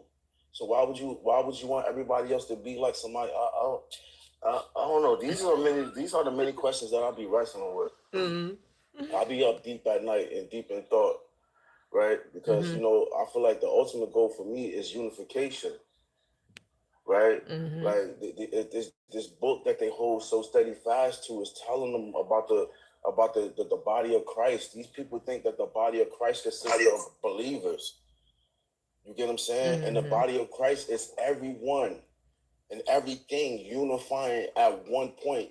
We all know common sense. When you focus energy at a single point, that's when energy is at its strongest. Mm-hmm. You get what I'm saying too? Mm-hmm. Like, so it's not just talking about no believers. How you think these people built the Tower of Babel? And I'm just using this analogy for the sake of the conversation, right? So how you think these people built this Tower of Babel? You think all believers just conjugated into this one spot and built this big tower that almost touched heaven? No, right? This came off the back of many people. Right, so like I don't know. It's like, you try to build a bridge. Yeah, man. This type of mindset that they have is just dangerous. It's so dangerous. Like, and when you start to present them perspectives on the outside looking in, and instead of them, further looking at it too, they want to sit here. They want to play mental gymnastics and all these type of games. And yeah, so I mean, to me, the truth of the matter is, this religious ideology or framework been here for over 2,000 years. I mean, the world is not in no better state than it was 2,000 years ago. Respectfully, right? So Yeshua said you have to clean the inside of the cup so the outside of the cup may be clean. Right? Yep. So before you step outside, clean up the inside, yes. Right? Meaning yourself and your whole your organizations, like your churches and all that. Start there first. Start on the inside and then work your way out. Respectfully. Y'all out here trying to be sanitation workers outside, but y'all don't want to take that same energy to be sanitation workers. Can I ask a question right quick? I ain't even finished, my man. Like, respectfully. Hello, how you doing? Are you okay? Yes, I want to see. Well, stop then. Stop and just listen, and then wait till your turn. Okay? No, I don't believe in God. I want to make sure. Okay, brother. Just mute though. Just mute. We gonna get to you. It's okay. It's okay. Talk. This guy. He's a simpleton. But look, I'm gonna release the mic, big sis. I'm allow it to go around. Yeah, please note that when you come up on a live, to mute, because I go in order. And normally, if you're the last one to come up, that means you won't be the next one to go if you see a panel of people. So, we're going to respect everyone's time. And I just ask everyone to stay muted until I greet you. And then once I greet you, it'll be your turn to speak. It's real simple. Thank you so much for sharing, Aquarius. The pastor, he came and he left. He came back up and he left. I guess when you start saying clean that inside and then that outside to be cleaned, he dropped. He left again. So we'll see. We'll keep it moving. Go to I am. I am is next. I am. You can unmute. Peace and love. Welcome, welcome. How are you? I'm doing great. I'm doing Good. great. I can always be doing better, but in order for me to do better, my people have to do better. I think there was a lot of things said that I can't say that I agree with or don't agree with. I think the pastor, the one that went back down, I think what he was saying to you was... I don't need you to mansplain. Please move along. That conversation gone. If you're coming up to add to that conversation, I don't want to have it. No, not really. Okay, yes, please don't mansplain me. I don't need you to interpret for another person. But you made a statement. You quoted a scripture because you always use the scriptures to teach. And talk? I'm not teaching anyone. I'm talking. I'm sharing. Okay. You always use the scriptures in your talk. Yes, I do. And you tell people how you used to be a Christian. Correct. And evidently you walked away from it, but you didn't put the book down. Correct. Trusted the book. You just didn't trust it. No, not trusting the book. I trust in me. Don't get it twisted because the book is about me. So why wouldn't I read a book that's all about me? Of course, that kind of goes together. So let's talk about the book being you. Because if the book is you, that means you would have the character that it proceeds to show in the book. Am I correct? I am that I am, and that's all that I am. What you mean? I know you are what you are, and that's all that you are. I'm not asking you what you are. I'm asking you, do you have the character that it... Yes, because I'm God. I have the character of God. Okay. Exactly. So what type of character did the God in the book present?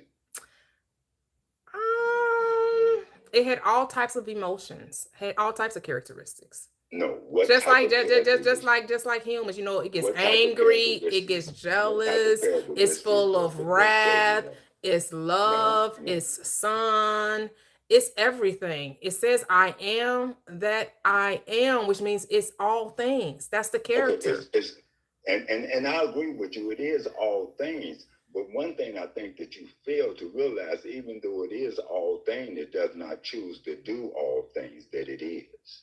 Absolutely, it does. No, it truly doesn't. It truly does. It tells you that. No, it tells you that it does. Okay.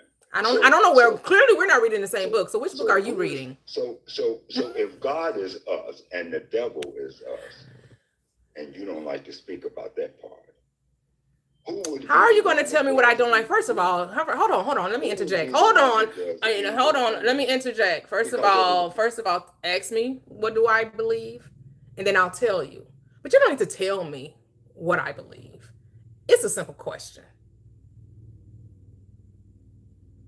It's real simple. You could just ask me. Don't assume it because you're wrong. You're absolutely wrong.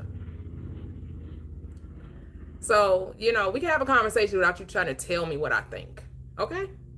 You can unmute.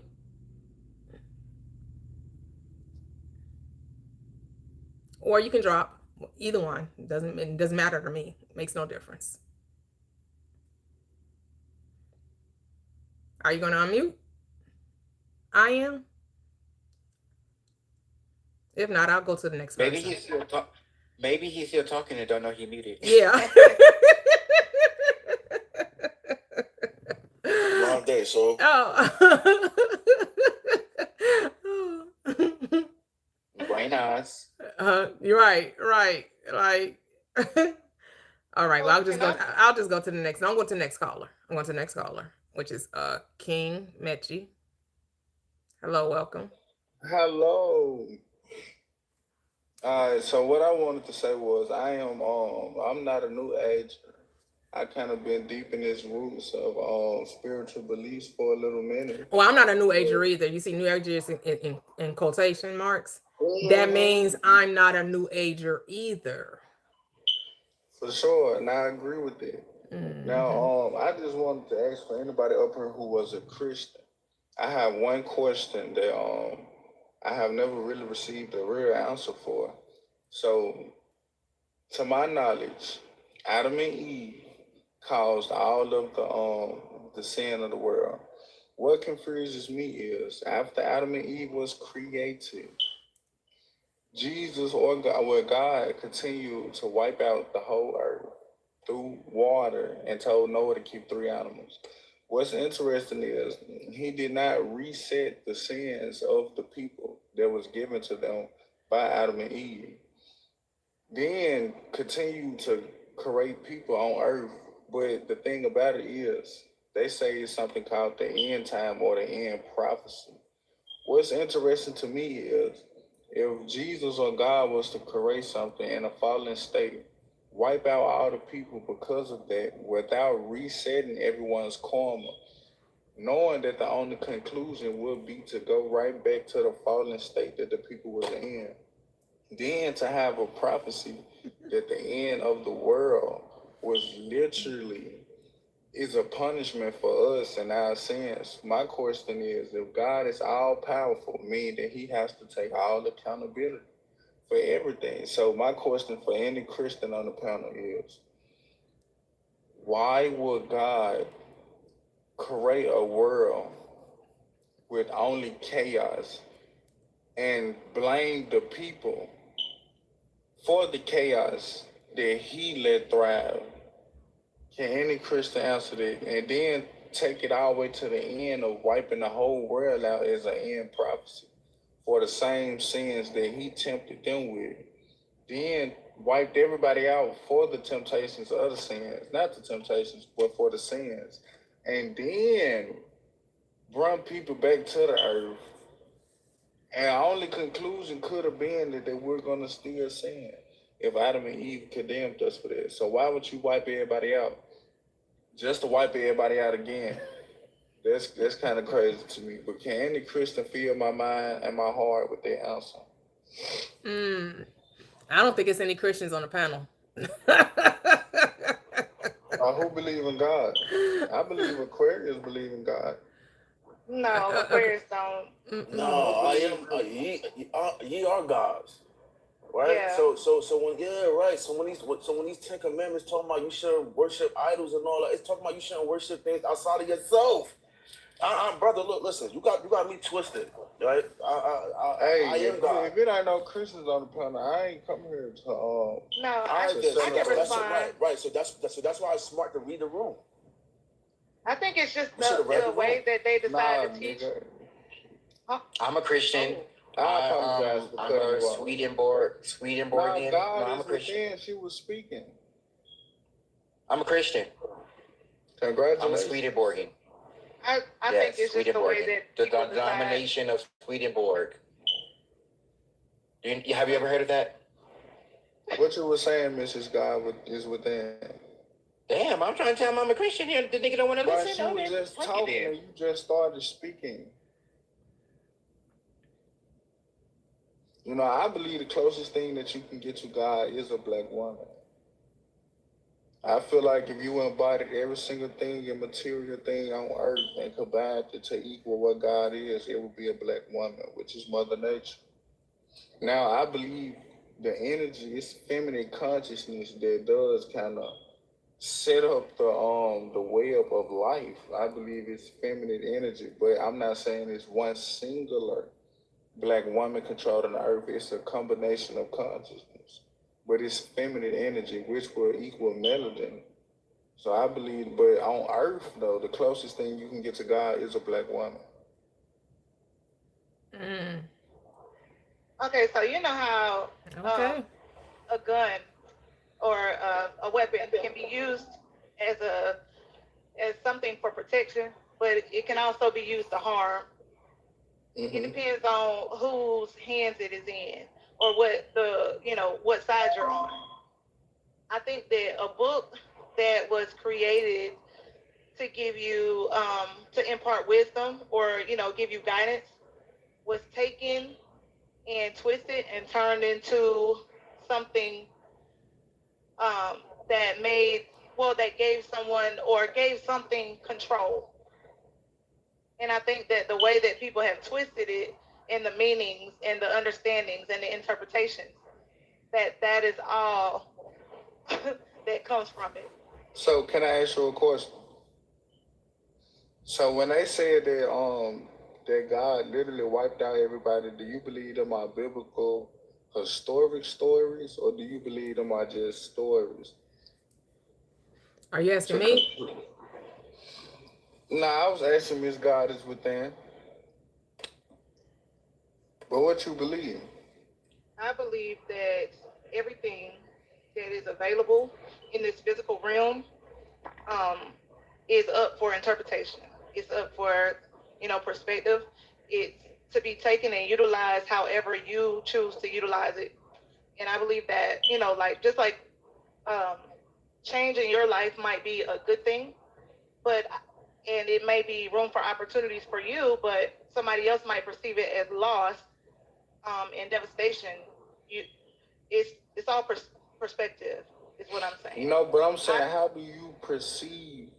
Because with that, it's kind of like a yes or no, though. Because do you believe, hold on, do you believe the stories are real?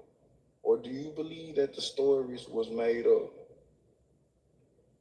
Well, I guess the thing that you're asking me is, I don't believe. I believe that those stories are there for guidance in this life experience.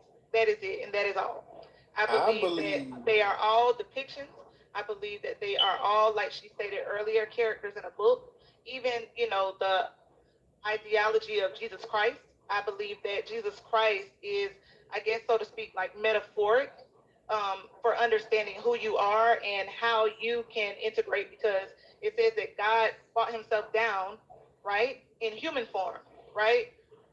And Jesus Christ is just that, like, we are God down here in human form, our spiritual self, our physical self. And I think the whole goal is to learn how to integrate and ascend into your higher self and understand or remember who you are.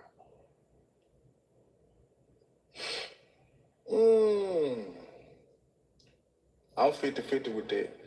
Now, first I want to respond to what you said about, because I'm the king of the world. I'm not saying I'm Jesus, but I'm going to bring our black people together. I'm just, me and myself is a lot. But when you say that the book was meant to guide us, I'm 50-50 on that answer, because I believe that the Bible was 100% created for manipulation and to control. But look, this is why I think that. Now, first, Christianity, Judaism, and Islam are all Abrahamic religions because they share the same prophets with their stories. So Judaism was the precursor to Christianity. So I wanted to find out the origins of Judaism. So going through that rabbit hole, the land of Canaan is where it all started. But the Canaan people, which is the Canaanite people, they are all pagan. And what's interesting is, at the time of Canaan, the Egyptian people owned the land of Canaan. And what's more interesting is they expelled the Canaanite people, which were not the Canaanite people, but the people who left Egypt was the Israelite people. And the first term of the word Israelites come from Egypt. So when they expelled them from Egypt, they sent them back to Canaan. Now, when they came through Canaan, they were all worshiping. Okay, I'm going to interject. What's up? Are we speaking to my prompt, or no? Are you coming here to teach something about what you believe? Because I need we to stay on my prompt. So, do you believe that you're God? Do you believe in Jesus? I don't really care. I don't subscribe to that perspective of the Bible, and I don't really care to discuss it. I see the Bible is not historical. It's just a book of allegories. And so, do you see that the Bible is a book about you, or you see it's a book about other people? I believe the book is astrotheology. Okay, so why are we talking about the people in the Bible though as though they're real then? If you see it as astrotheology, why are you talking about them as though they're real? Because when they say verses, I'm thinking it's two different opinions combating opinions. So I was confused about the algorithm of your panel. But we just giving our beliefs of what we believe. I believe the closest thing that you can get to God is a black woman, because black women are flowers. What does that mean? What does that mean? That on this plane of existence right now, the black woman is God. What does that mean? How does that flush out into reality? What abilities does she have? What powers does she have? How is that transformative in this reality? What does that mean for the black woman to be God in this now moment? What does that look like? So as above, so below. So in the stars, we are star seeds. All black people are star seeds. Now, but black women are the purest source of it because they give life. Now, as above, that's the sky. As below, the seeds grow into flowers. A flower, black women are the purest flower. A flower gives you life on sight. Now, in a world where it has been literally corrupted by so much evil, black women have fed this planet life. The black woman, her voice when she sings. Well, where did the evil come from? The mark of the beast, Caucasian people. Oh, okay. I don't want to have this conversation. I don't talk about that. I think you're gonna have to go start your own live, and you can. I'm sure you'll get a lot of people in your live with that thought process. It's just not this live. So appreciate you. Thank you. Thank you for joining. But I don't want to talk about that conversation. All right. Have a great day. You too. All that's a distraction, right? Politics, all that's a distraction. I'm done up. I'm crying. Still looking outward. Well, everybody, it's to each his own. I just don't have to be a part of the mix. You know, to each his own. I'm not here again. I'm here to change nobody. Do what you do. Make it do what it do. It's just I don't want to talk about it. So no, thank you. That man, as above, so below. Okay, cool. Right. That's hermetic. That's hermetic principles, right? So that come from the Greeks, right? That's Greek philosophy. That's Greek thought, right? And they would say as far as that came from Hermes Trismegistus, right? But then we have to understand, okay, where did they thought come from? They thought came from Kim or Kemet, right? From Tahuti, right? So or Thoth, the Atlantean, right? So they just took something from Kemet and then remixed it, and then put it down as hermetic principles or the hermetic thought. I kind of like their philosophy. I'm not gonna say their philosophy is off. I kind of like it, right? Their philosophy ain't too off from Kemet philosophy. You get what I'm saying? It just sounds a little bit more poetic. You get what I'm saying? But at the end of the day, like, I don't understand why people keep taking this Bible as a history book. We all been to school, right? We all been to social studies class. We all was presented this social studies books. We understand that this the history, right, had times and dates and timelines, right, associated to the times and dates. There's no time and dates in the Bible. So how can it be a history book? How? I love it. I love it. Diabolical. And to add to that, Aquarius too, like, for one, whoever writes the history books is the one. I mean, whoever wrote it is the one that's their story. We can write a book right now about this life, and we can say whatever we want to say. And 2,000 years from now, they'll read it as fact. It doesn't matter. And that's why I'm a firm believer of we just need to just totally just do away with these books, right? All these books, right? I'm not saying not to learn nothing from it and things like that though. But once you understand the underlying understanding of the book, then you need to take what you learned and then integrate it, right? And then you embody it, and then you can speak from the embodiment of. You get what I'm saying? Of it. And then you can go about writing new books for the new timelines that's to come. Right? Because as more of the newer generations come, they're gonna be so out of touch with a lot of this stuff, yo. They're not gonna be trying to hear this Bible and all these other things like that. We gotta start to create curriculum for that's gonna meet them where they at. If that makes sense, hopefully. So I don't know. I didn't come here to say I'm not here to save the world. So yeah, I'm not here to save the world. So did you want to say something? So did you want to say something? He's on teacup. So we're gonna go to the next caller, Seth Israel. If you're there, you can unmute. Yes, how you doing this morning? I'm doing great. How are Toyia, you? I'm so good. This is my second time. This is my second time calling in, and normally I listen while I'm at work.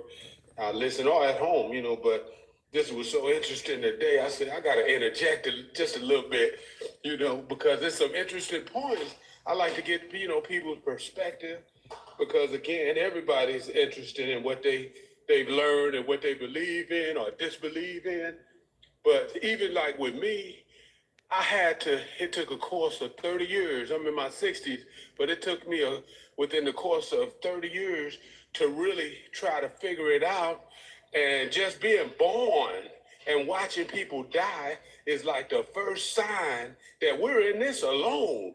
There's nobody gonna save us and nobody that we can look to deliver us, because these are all the things that we experience. Only somebody that can't really comprehend would think. Like me, I have narrowly escaped two cults coming up as a kid, the Jehovah's Witnesses, as an adult, some of the factions of the Hebrew Israelites. So with all that, I had to learn, hey, this is about what's inside of me and my decisions that I make. If you have a run-in with the law, you have to go to court.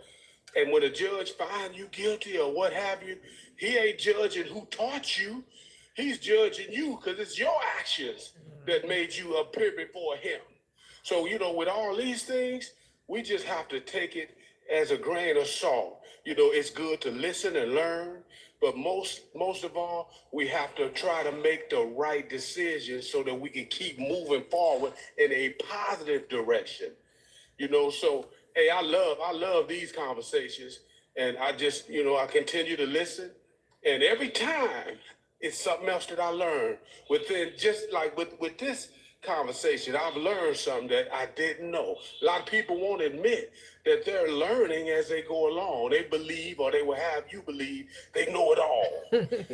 What they But I mean, this is good. It's good for the soul, So you keep on, and I bless you to keep, teaching, because this is really good, and I can't express that enough, Appreciate you. And that's just about it, Okay, in case somebody want to interject. Oh yeah. Oh, okay. She not teaching, she only speaking. Well, I tell you what, Facts. That's a fact. I was thinking of the same thing. So it's a lesson that I've learned in her teaching and speaking. So I mean, it's good. And again, I've learned from people you wouldn't imagine you learn from. I mean, it's just good, brother. It is. It's really good. Yeah. I just say we're all remembering. Everybody's at a different level. Everybody's at a different stop. A different rung on the ladder. So you are where you are. Oh yeah. Yeah. Oh yeah. It's just one of them good things, and man, I tell you what, as long as my life from where I came from and where I am and where I continue to strive forward to, I won't complain. I'll never complain again. I just won't. There's no time for it. You just have to keep pushing forward. Absolutely. And in closing, I have always said here recently that it's only two entities that I've really, in recent times, allowed myself to understand. I have to do what they say. This might be funny, but this is the truth. My employer is one, and my wife is the other one. Funny. So I guess if you want to keep that job and you want to stay married, huh? Amen. You're funny. I'm gonna listen and do what they say. You're funny.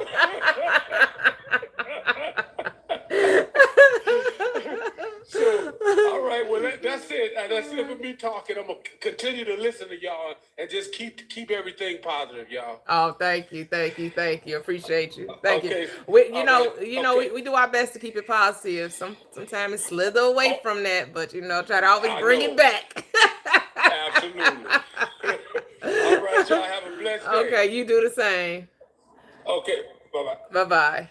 Okay, so the next caller, I don't know how to say your name. B. I'm just gonna call it B. B-H. You have a long name. Gubin is the end of it, I guess. You can unmute.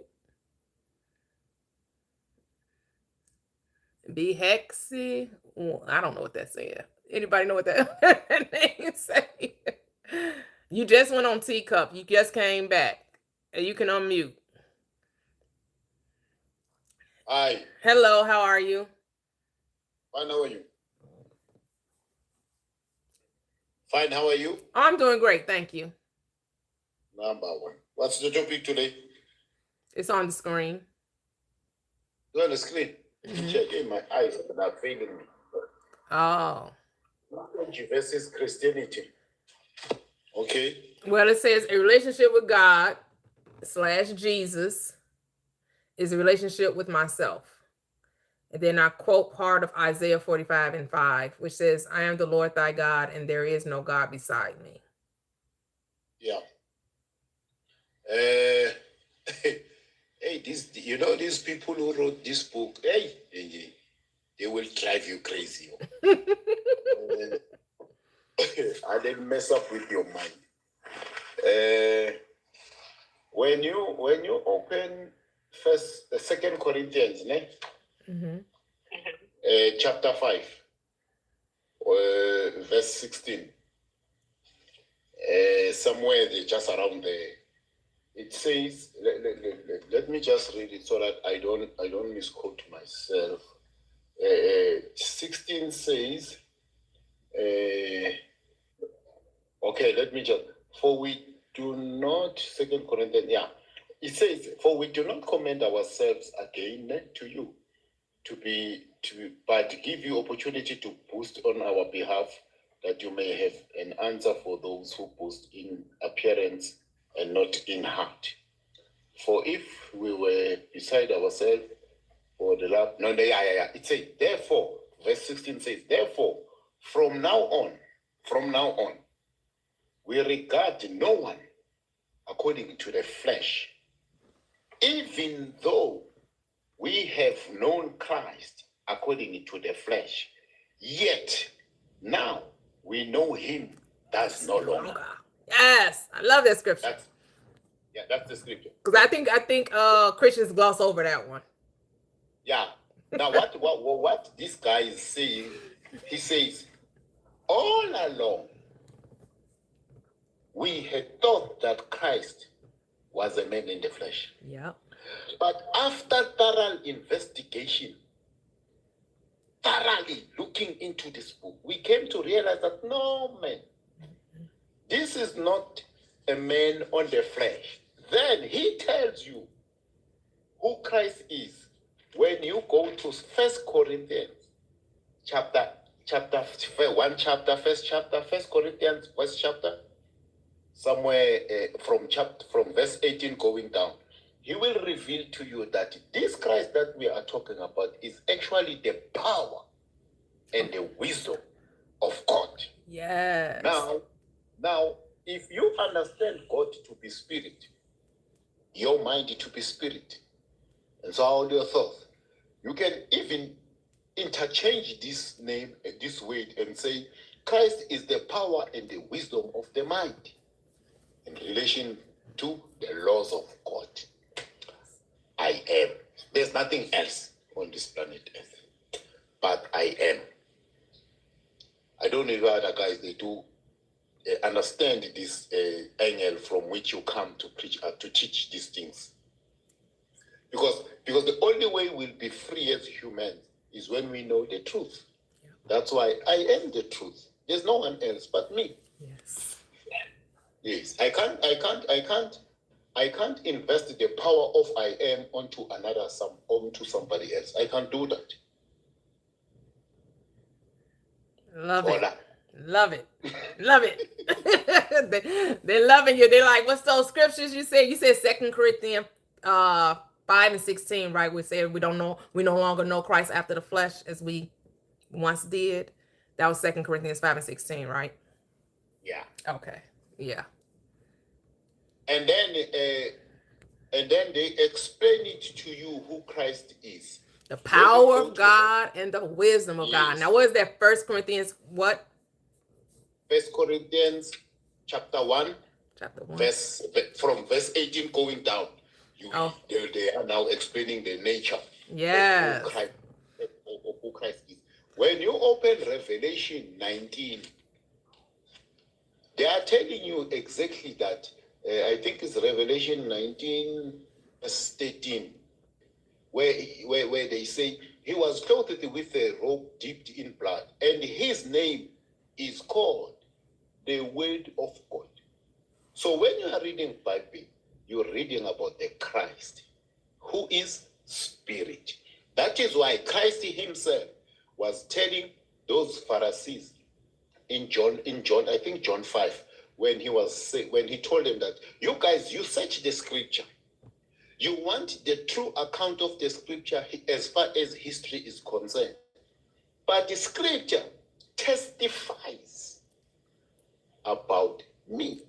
That means you have to take the information, you apply the information, and then the information prove itself truthful to you.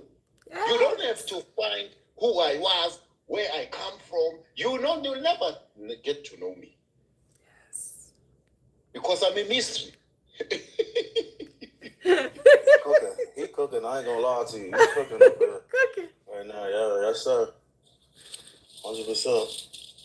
And the same you understand what I'm saying? And today, I had a conversation with one of my colleagues concerning this very same nature of Christ. I said to him, who can tell Christ or testify about Christ better than anyone else on this planet Earth? He said, yeah, remember, the people who testified about him, talking about the four Gospels, were people who were close to him. They walked with him, they saw him. I said, okay, fine. If you check Mark 14, verse 56, where it says, for many, that includes anyone, bore false witness against him. But their testimonies did not agree. Now we're talking about people symbolically who were with him, who saw him, they were in the same room. Now they needed to testify and prove that whatever they know about him was right.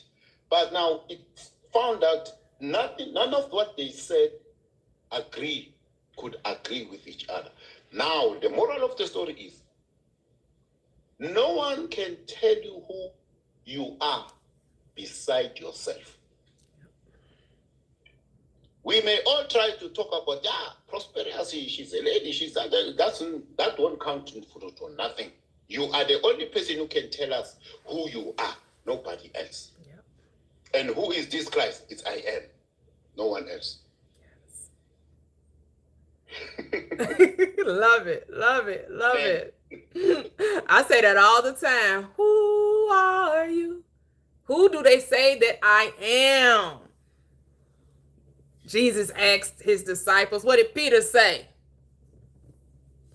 Christ. The Son of the living God. And what did he say? Oh, blessed are you, Simon, son of Bar-Jonah. Flesh and blood did not tell you this. It's my Father, which is in heaven, has made this known. What it's telling you. No one can tell you you're God. No one can tell you you're the Christ. That comes from within, because where is heaven? Within. So the Father is within. That's who makes it known. It's an inner revelation of the truth. Yeah. Put it very well. Yes, it's something that you, the individual, only can encounter to experience. That's why sometimes when people be asking you, like, you know what I mean, they ask you certain questions, it'd be hard to put it in words. You know what I mean? Like some of these encounters or these spiritual experiences, it go beyond words. The only way a person can begin to comprehend it is for them to go within themselves and experience whatever experience that's there for them to experience. You get what I'm saying? Yes. So yeah, you know, I had a lot of encounters, a lot of experiences. You get what I'm saying? So if I go to articulate some of these things, then some people might look at me and they might understand because they had experiences of their own. So as you know, they can start to somewhat get a sense of what I'm saying. And then you got some people who have not gone within. They're gonna look at me as like you know you need to go see you need to go speak to a psych or something. You know what I mean? So these spiritual things can only be they only could be experienced, man. You have to allow yourself to go within yourself to encounter these experiences for yourself. I found the issue is people want to change people instead of the thing is was only to remember yourself. I'm not here to convince people who they are, get people to know who they are. I'm here to share the truth of who I am. And then those that resonate with me, but I know I can't make someone know this. And I also can't really tell people how to get to know themselves. Yes, you can suggest it, but everybody's different. Everybody's going to have their own experience, and to each its own. That's what I say, you're the God of your experience. It's a one-player game. You're the only one existing in your reality. I'm just a thought form in your reality. Yes. I'm just playing a character in your script. Yep. And then everybody else is playing a character in my script. Everyone is the center of their world. You're not the center of the world. You're a center of your world. And so just decide what kind of world you want to experience. And so if you would like to come up, but I'm about to get off these internet streets. I might come back later tonight. But I take calls on TikTok. Do you have a TikTok account? Who was this? Nabai? Is that Samuel? I don't know the first part. I can read the last part. Samuel 9970. Do you have a TikTok account? If you have a TikTok account, then that's where you can call in.